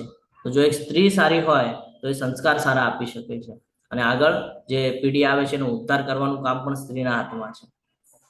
ધૃતિ અને ક્ષમા કરી દેવાનું કામ પણ સ્ત્રી વર્ગ બહુ સારી રીતે જાણતી હોય. કોઈ પણ વાત હોય તેને નિગ્લેક્ટ કરે, હા ઠીક છે ચલો માફ કર્યું, જવા દે. પણ આપણે આ બધું સમજી શકતા નથી. સ્ત્રીને આપણે એક નીચેનો દરજ્જો આપીએ છીએ, નીચેની લેવલ પકડાવી દીધી છે કે હા તમે અમારાથી શ્રેષ્ઠ નથી, એવી રીતે. પણ ભગવદ્ ગીતા જયારે વાંચે તો ખબર પડે કે ભાઈ ભગવાન કે છે કે જે સ્ત્રી વર્ગ છે ને એ પણ મારું પ્રતિનિધિત્વ કરે છે. જો તમે એને વ્યવસ્થિત રાખશો તો તમને સમજાશે.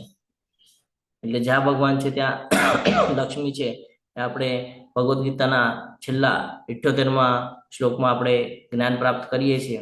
એવી જ રીતે ભગવાન 10.34 ની અંદર પણ આપણને જ્ઞાન પ્રાપ્ત કરે છે કે જ્યાં આવી વ્યક્તિ છે, એટલે જ્યાં આવી સ્ત્રી છે એનું વેલ્યુ થાય છે, ત્યાં પણ આ બધું ઉપસ્થિત હોય છે. અને આ રિયાલિટી છે.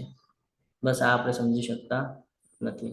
સામવેદના મંત્રોમાં હું બૃહદ સામ છું, સર્વ છંદોમાં હું ગાયત્રી છું. જો અહીંયા આવ્યું સર્વ છંદોમાં, કારણ કે આ ગાયત્રી એવું છે, જ્યારે આપણે ગાયત્રીના જપ કરીએ ને તો એનાથી ભક્તિ વધે, ભગવાનના આપણે સૌથી નજીક જઈએ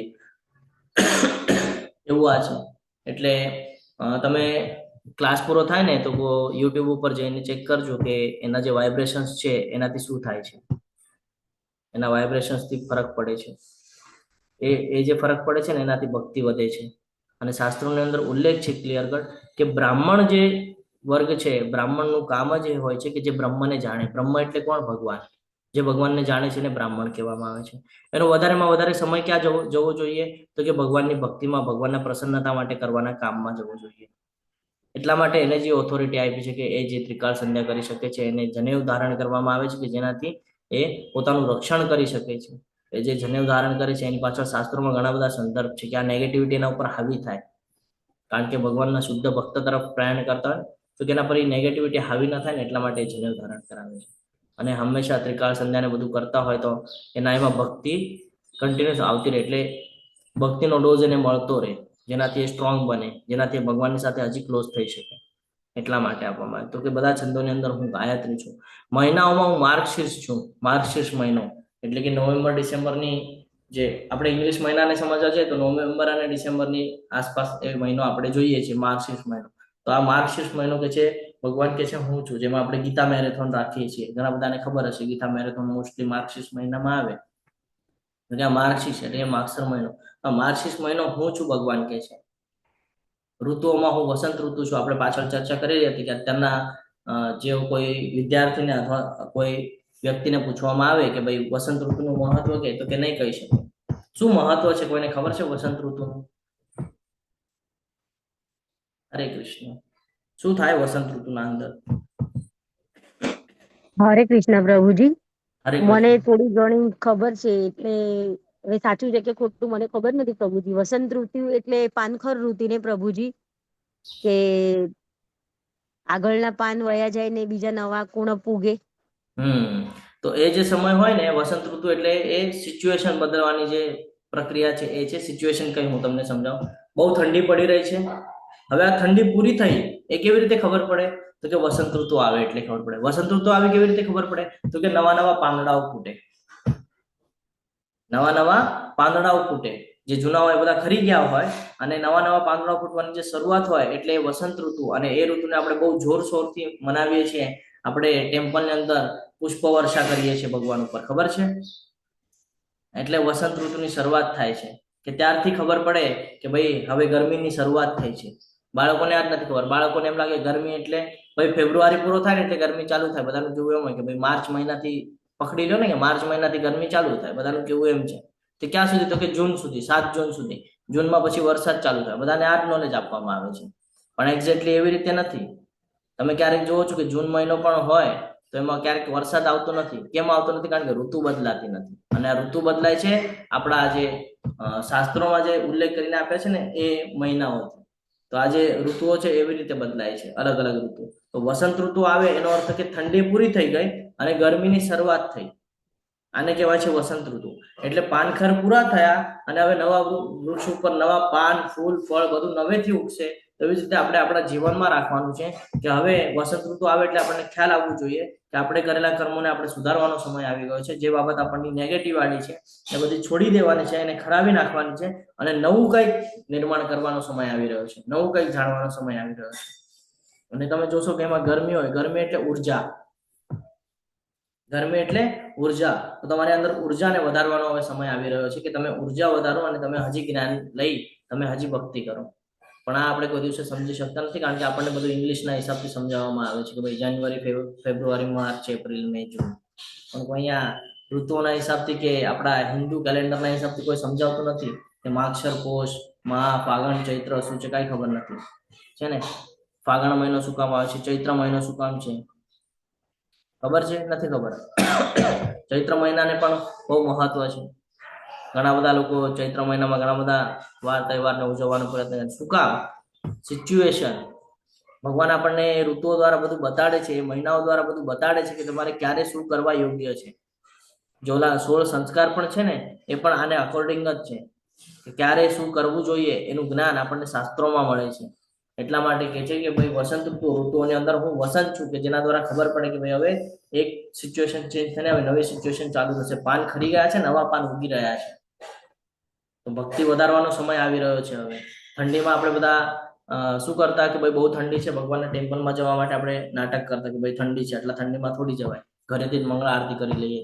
છે ને? તો હવે નવું શરૂઆત કરવાની છે કે ભાઈ અહીંયાથી હવે નવી સિસ્ટમ બનાવવાની છે. હવે ગરમી શરૂ થઈ છે તો સમય મળી શકે છે આપણે સવારે ઉઠીને ટેમ્પલમાં પણ જઈ શકીએ. તો આ સમજવાનું જરૂરી છે, પણ આપણે આ બધું સમજી શકતા નથી. આપણે વસંત ઋતુ આવીને ટેમ્પલમાં કાર્યક્રમ છે, આપણને ખબર કે ભાઈ આજે ટેમ્પલમાં કાર્યક્રમ, વસંત ઋતુની શરૂઆત થઈ છે, ટેમ્પલમાં ફૂલનો મહોત્સવ છે મોટો અને આપણે જવું જોઈએ. નહીં આપણે જશું ને, વસંત ઋતુ છે ને, આ વાંધો ને. અરે પણ વસંત ઋતુને મહત્વ કેટલું છે એ તો જાણો. જે વસંત ઋતુમાં ભગવાનનું સ્મરણ કરે છે ને, જે વસંત ઋતુમાં ભગવાનની સેવા કરે છે ને, તે આખું વર્ષ ભગવાનની સેવા કરે છે. શાસ્ત્રોમાં વર્ણન છે, પણ આપણને એ બધું સમજવું નથી. આપણને એમ થાય પ્રભુ હું તો બહુ માળા કરું છું પણ ભક્તિ નથી વધતી. બાકીના નિયમો ફોલો કરો, ભક્તિ તરત વધી જશે. ખબર એ નહીં પડે ક્યારે કે ક્યાં હતા ને ક્યાં આવી ગયા. એટલું ફાસ્ટમાં ભક્તિ વધી જાય છે જ્યારે આપણે બધું ફોલો કરતા શીખી જઈએ છીએ. એટલે વસંત ઋતુને મહત્વ છે. આગળ કે છે છળ કપટ કરનારાઓમાં હું ધ્રુત છું અને તેજસ્વીઓમાંનું તેજ હું છું. જો છળ કપટ સમજવું પડશે પેલા કે છળ કપટ કહેવાય કોને. જે શકુની મામા હતા એ શું કરતા?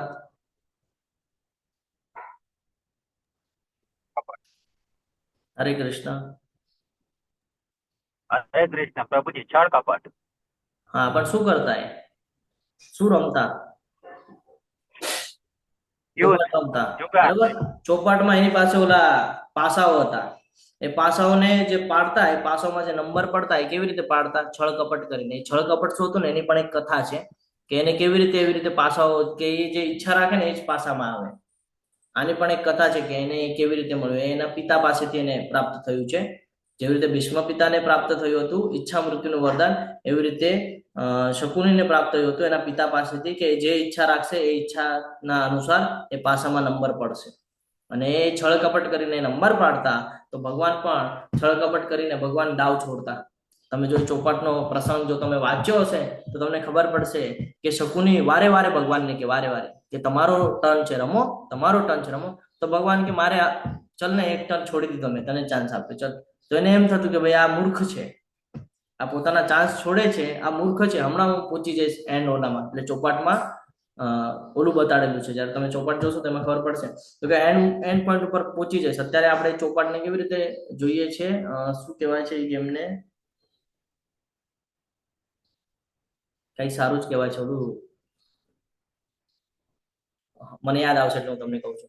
તો એ ચોપાટમાં એ છોડી દેતા ભગવાન કૃષ્ણ, અમુક ડાવ છોડી દેતા કે તો એને એમ લાગતું કે મૂર્ખ છે, ડાવ છોડે છે કે ભાઈ એન્ડ ઘર છે જ્યાં હોમટાઉન છે ત્યાં પહોંચવાનું છે અને ડાવ છોડે છે એને એમ. પણ ભગવાન કૃષ્ણ એક એક છોડીને એને એવું છેલ્લે એવી છળ કપટ કરી નાખી કે હારી ગયા અને ભગવાન કૃષ્ણ જીતી ગયા. તો કે તું છળ કપટ કરીશ ને તો હું પણ કરીશ.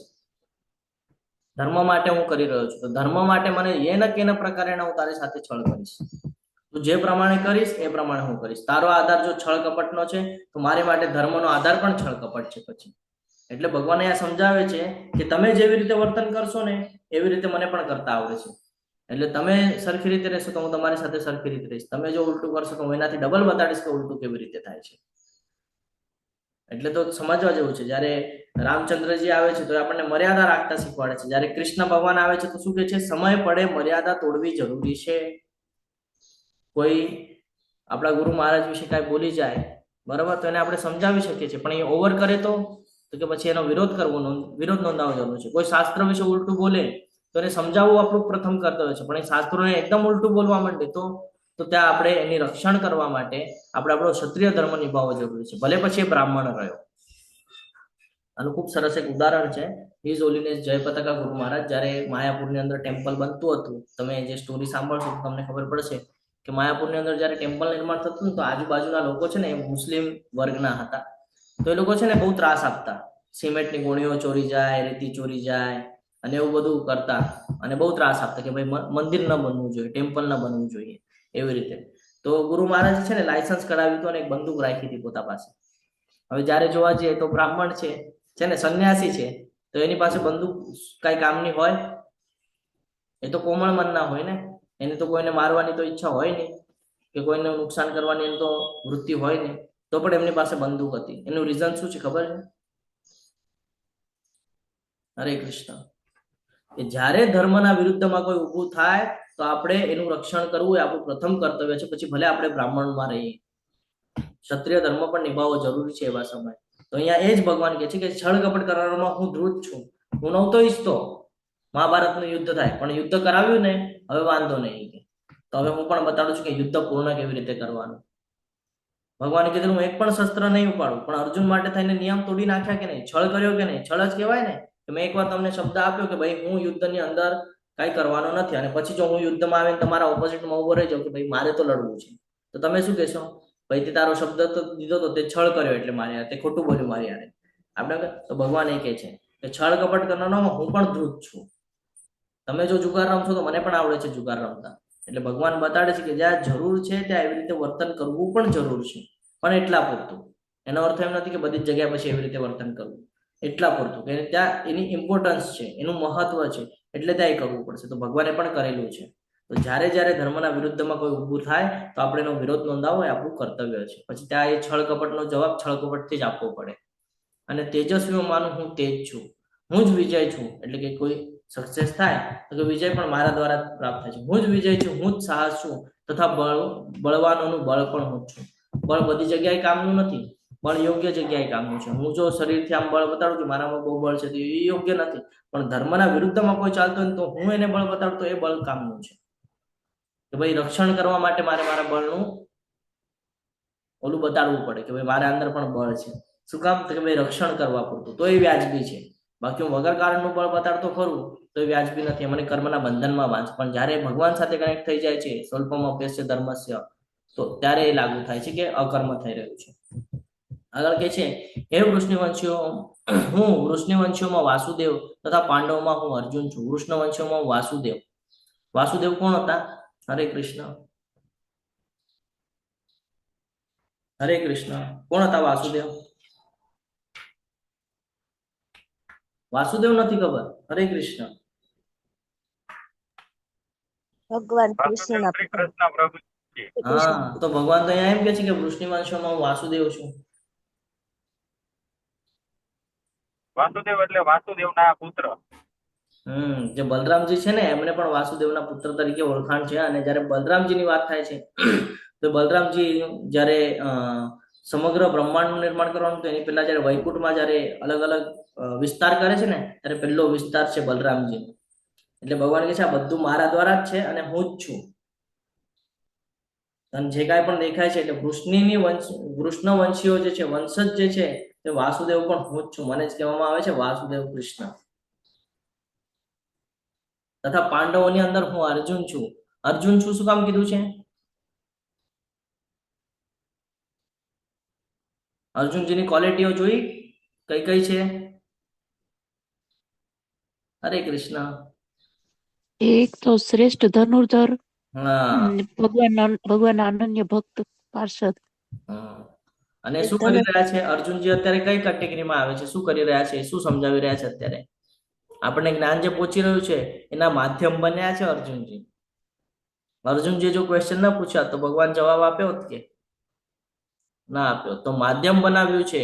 એટલે ભગવાન કૃષ્ણનું પ્રતિનિધિત્વ અર્જુન દ્વારા થઈ રહ્યું છે. એટલે અહીંયા કહે છે કે પાંડવોની અંદર અર્જુન હું છું, કે અર્જુન દ્વારા આ જ્ઞાન સમસ્ત યુગની અંદર પહોંચી રહ્યું છે. આખા કલયુગની અંદર જે આ જ્ઞાન પહોંચ્યું છે એના પાછળ માધ્યમ કોઈ બન્યું હોય તો એ અર્જુન છે. મહાભારતના યુદ્ધનું કોઈ માધ્યમ બન્યું હોય તો એ અર્જુન છે. ભગવાનને હવે યુદ્ધ કરાવવું હતું ધર્મ અધર્મ વચ્ચે, તો ભગવાન જે ધર્મની સાઈડમાં જેને મૂક્યું, એ નિમિત્ત માત્ર બનાવ્યું, એ અર્જુન છે. એટલે કોનું પ્રતિનિધિત્વ કરે છે? ભગવાનનું પ્રતિનિધિત્વ કરે છે. એટલે ભગવાન કહે છે કે પાંડવોના અંદર હું અર્જુન છું. સર્વ મુનિઓમાં હું વ્યાસ છું. વ્યાસદેવ કેમ? કારણ કે એમને દિવ્ય દ્રષ્ટિ છે. કોના દ્વારા છે? ભગવાનના કૃપા દ્વારા છે ને. તો મુનિઓના અંદર હું વ્યાસ છું તથા મહાન વિચારકોમાં હું ઉષ્ણા એટલે કે શુક્રાચાર્ય છું. એટલે દૈત્યોના ગુરુ. પેલા દેવગુરુની વાત કરી, બૃહસ્પતિ હું છું. હવે કે છે દૈત્ય ગુરુ પણ હું જ છું. એટલે દેવો પણ મારા દ્વારા જ છે ને દૈત્યો પણ મારા દ્વારા જ છે. ભગવાન કે છે જે કાંઈ પણ દેખાય છે આ દેવી દેવતાઓ જે છે એ ઓલા અસુરો સાથે યુદ્ધ કરે છે, બંને મારા જ અંશ છે. કારણ કે મારે બધું બેલેન્સ કરવાનું છે. ભગવાન કે છે સારું અને ખરાબ. હું ખાલી સારું સારું રાખીશ તો ખરાબ કોઈ કરશે નહીં, તો ડિપાર્ટમેન્ટ બનાવવાનો કોઈ ઉપયોગ નહીં થાય. એટલે સારું ખરાબ બેવ મેં રાખ્યું છે અને એને હું બેલેન્સ કરવાનું કામ કરાવું છું ખાલી. બાકી કાંઈ ચિંતા કરવાની આવશ્યકતા નથી. અરાજકર્તાનું દમન કરનારા સર્વ સાધનોમાં હું દંડ છું અને વિજયની ઈચ્છા ધરાવનારામાં હું નૈતિકતા છું. વિજય કોને પ્રાપ્ત થાય? જે નૈતિકતા હોય એને વિજય પ્રાપ્ત થાય. જે ધર્મથી ચાલે એને વિજય પ્રાપ્ત થાય. અને જે અરાજકર્તા, તો અરાજકર્તા એટલે શું? કે જે રાજ નથી કરી શકતા, જો પ્રજા છે પ્રજાનું જો હિતનું ન કરે અને એનું જો નુકસાન કરે તો એને બચાવવા માટે જે દંડ આપવામાં આવે છે ને રાજાઓને, એ હું છું. આપણે એક્ઝામ્પલ સાથે સમજીએ તો ઘણા સમય એવું થાય કે ભાઈ આપણે કોર્ટ પકડી લઈએ, કોર્ટના દ્વારા સમજીએ આપણે. કોર્ટની અંદર જો કોઈએ કાંઈ કર્યું હોય તો એને જજની સામે મૂકવામાં આવે. હવે જજ એને મૃત્યુદંડ પણ આપે તો શું એ કર્મના બંધનમાં બંધાશે? હરે કૃષ્ણ. જો જજ નહીં બંધાય, કારણ કે નિયમના હિસાબથી ચાલી રહ્યા છે. બરાબર ને? તો એવી જ રીતે અહીંયા કહે છે જે અરાજકર્તા છે એનું દમન કરનારોમાં સર્વ સાધનોમાં હું દંડ છું. તો આ જે દંડ આપવાનું કામ છે ને એ કર્મના બંધનમાં નથી બાંધતું, જો વ્યાજબી હોય તો. એટલે અહીંયા કહે છે, અને આગળ કહે છે વિજયની ઈચ્છા ધરાવનારામાં હું નૈતિક છું. વિજય કોને પ્રાપ્ત થાય? જે નૈતિકતા સાથે કામ કરે ને, જેનામાં કોઈ દિવસે દ્વેષ ભાવ ન હોય, દુજા ભાવ ન હોય, છળ કપટ ન હોય, એ જ હંમેશા આગળ આવી શકે છે. રહસ્યોમાં હું મૌન છું. હવે તમને એવું થશે કે પ્રભુ તમે કહો છો એ જ આગળ આવી શકે છે, પણ અહીંયા તો અધર્મ કરે છે એ બહુ આગળ છે, તો એ ક્યાં ભગવાનની ભક્તિમાં છે? અહીંયા વાત બધી ભક્તિની થઈ રહી છે, ભૌતિક જગતમાંથી નીકળવાની થઈ રહી છે, એટલા માટે આ જ્ઞાન આપણને પ્રાપ્ત થઈ રહ્યું છે. તો એ લોકો ક્યાં ભગવાનના સાનિધ્યમાં છે? એ લોકો તો અહીંયા જ ફસાવાના છે, કર્મના બંધનમાં. કારણ કે રાજસી અને એવો સ્વભાવ છે એ લોકોનો, તામસિક રાજસી. રહસ્યોમાં હું મૌન છું, બહુ મહત્વ છે. રહસ્ય ક્યારે રહસ્ય રહે? જ્યારે મૌન શાંત હોય, કોઈને ખબર ન હોય, ત્યારે એને રહસ્ય કહેવાય. તો કે મૌન પણ હું છું. ભગવદ્ ગીતા, આટલી બધી બધાની પાસે જ્ઞાન છે, ખબર છે કે ભગવદ્ ગીતા નામનું કંઈક છે, પણ વાંચશું નહીં ત્યાં સુધી ખબર કેમ પડશે કે શું છે? તો કે મૌન છું. જેની ઈચ્છા હશે ને એ આવશે અને શીખશે, બાકી ઈચ્છા નથી તો મારે પણ નથી કેવું. ભગવાન કે મારે પણ નથી કેવું કે હું કોણ છું. જ્ઞાનીઓમાંનું હું જ્ઞાન છું. જે જ્ઞાની છે એની પાસે જે કાંઈ પણ જ્ઞાન પ્રાપ્ત થયું છે એ જ્ઞાન કોના દ્વારા પ્રાપ્ત થાય છે? ભગવાન કહે છે મારા દ્વારા જ પ્રાપ્ત થાય છે.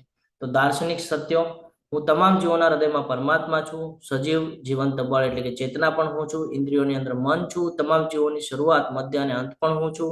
તમામ અસ્તિત્વને પેદા કરનાર બીજ હું છું. જે બનવાનું બાકી છે તેનો હું સર્જન સિદ્ધાંત છું. કવિતા એટલે કે કવિના અંદર હું ગાયત્રી છું. અક્ષરના અંદર હું અ છું. બરાબર. સંયોજન શબ્દ દ્વિસંયોજન હું છું. વિજ્ઞાનની અંદર આધ્યાત્મિક વિજ્ઞાન હું છું. તર્કશાસ્ત્રીઓની અંદર નિર્ણાયક સત્ય છું. સામવેદની અંદર બૃહદ સામ છું. પાંડવોના અંદર ધનંજય એટલે કે અર્જુન છું. બરાબર. વૃષ્ણિના વંશજોમાં હું વાસુદેવ છું. વૈદિક મંત્રોના અંદર હું ઓમકાર છું. પવિત્ર નામનો જપ જે છે એ બલિદાન પણ હું છું. તપ પણ હું છું. વેદોની અંદર સામવેદ હું છું.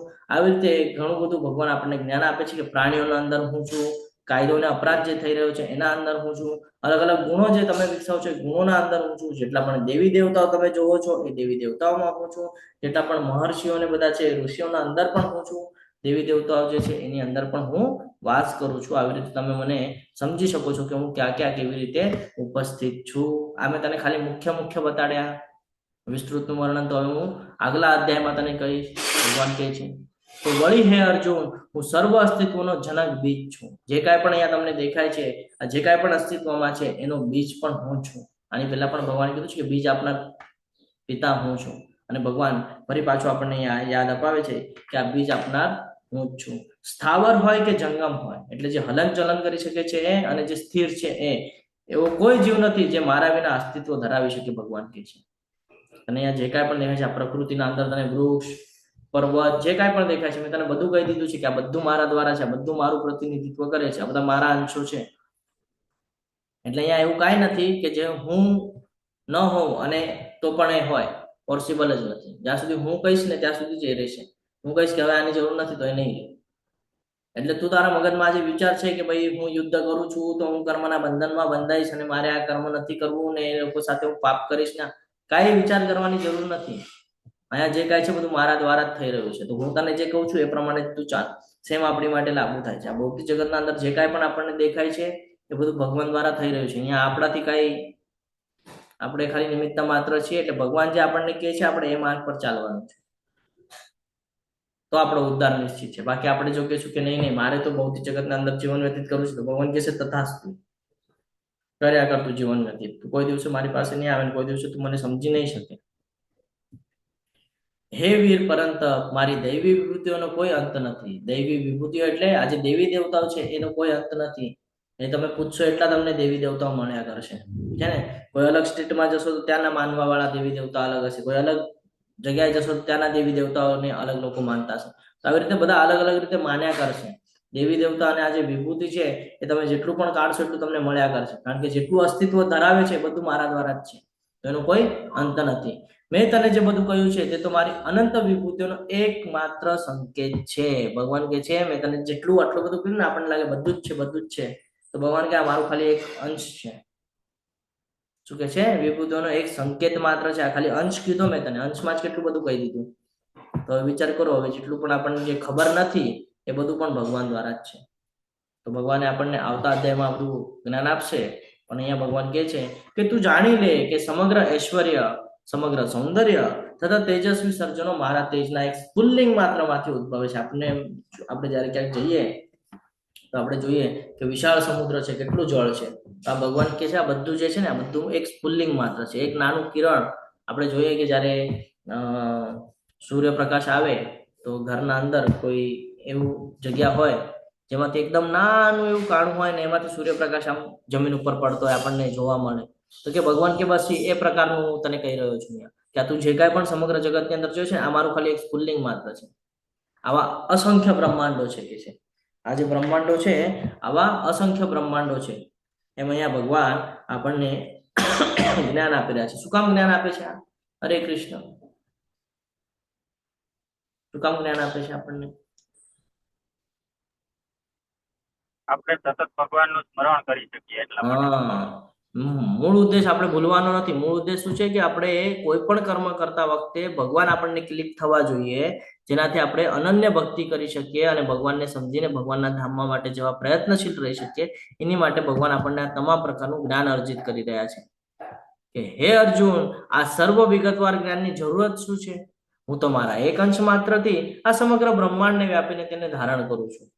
ભગવાન કે છે હું મારો એક અંશ છે જેનાથી હું સમગ્ર બ્રહ્માંડ એટલે કે મહાવિષ્ણુ તરીકે પણ હું છું અને શિરોદક્ષા વિષ્ણુ તરીકે પણ હું છું. તને આ બધું ખબર જ છે, પછી આ બધું ડિટેલ્સમાં શું કામ માંગી રહ્યો છે કે ભાઈ હું કેવી રીતે સમજું?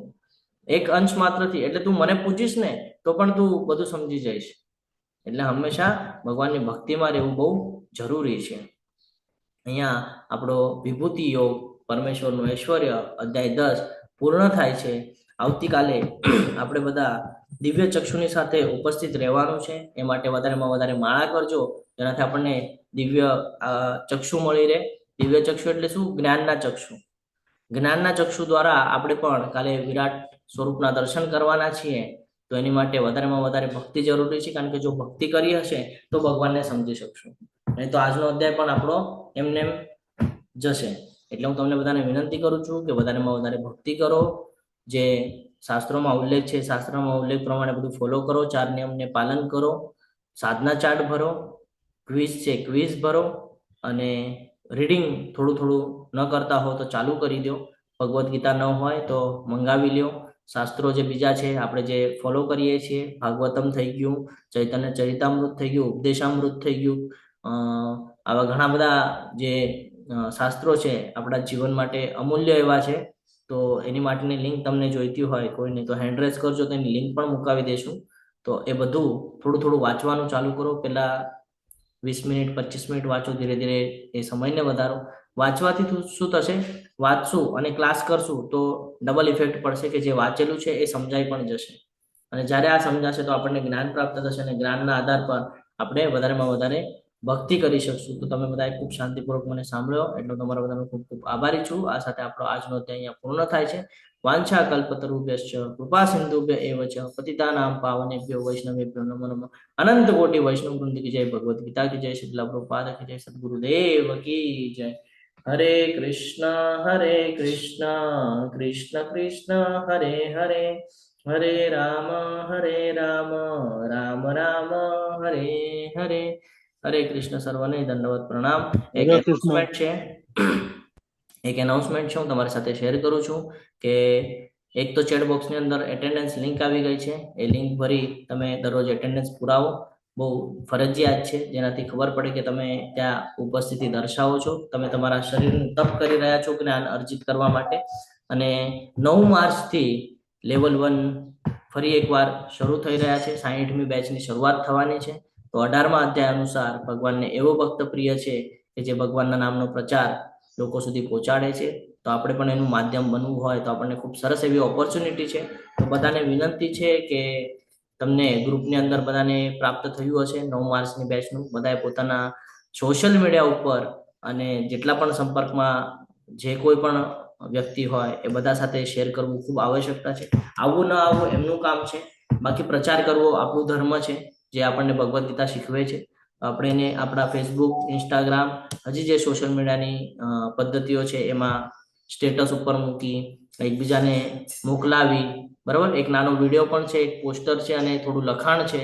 એ તમને ગ્રુપમાં પ્રાપ્ત થયું હશે. નહીં હોય તો ફરી પાછું યસ પ્રભુજી, તમે લીવ થઈ શકો છો. ફરી પાછું એ તમને મુકાવી દેવામાં આવશે. તો આપણે એ લોકો સુધી પહોંચાડવાનું છે. અને જો એ માધ્યમથી કોઈને કોઈ જો જોડાતું હોય તો એનું નામ તમારે આપણા જે એડમિન કોહોસ્ટ છે એમને આપવાનું છે કે મેં મારા દ્વારા અમુક નામના વ્યક્તિને જોડાવ્યો છે. એનાથી થશે એવું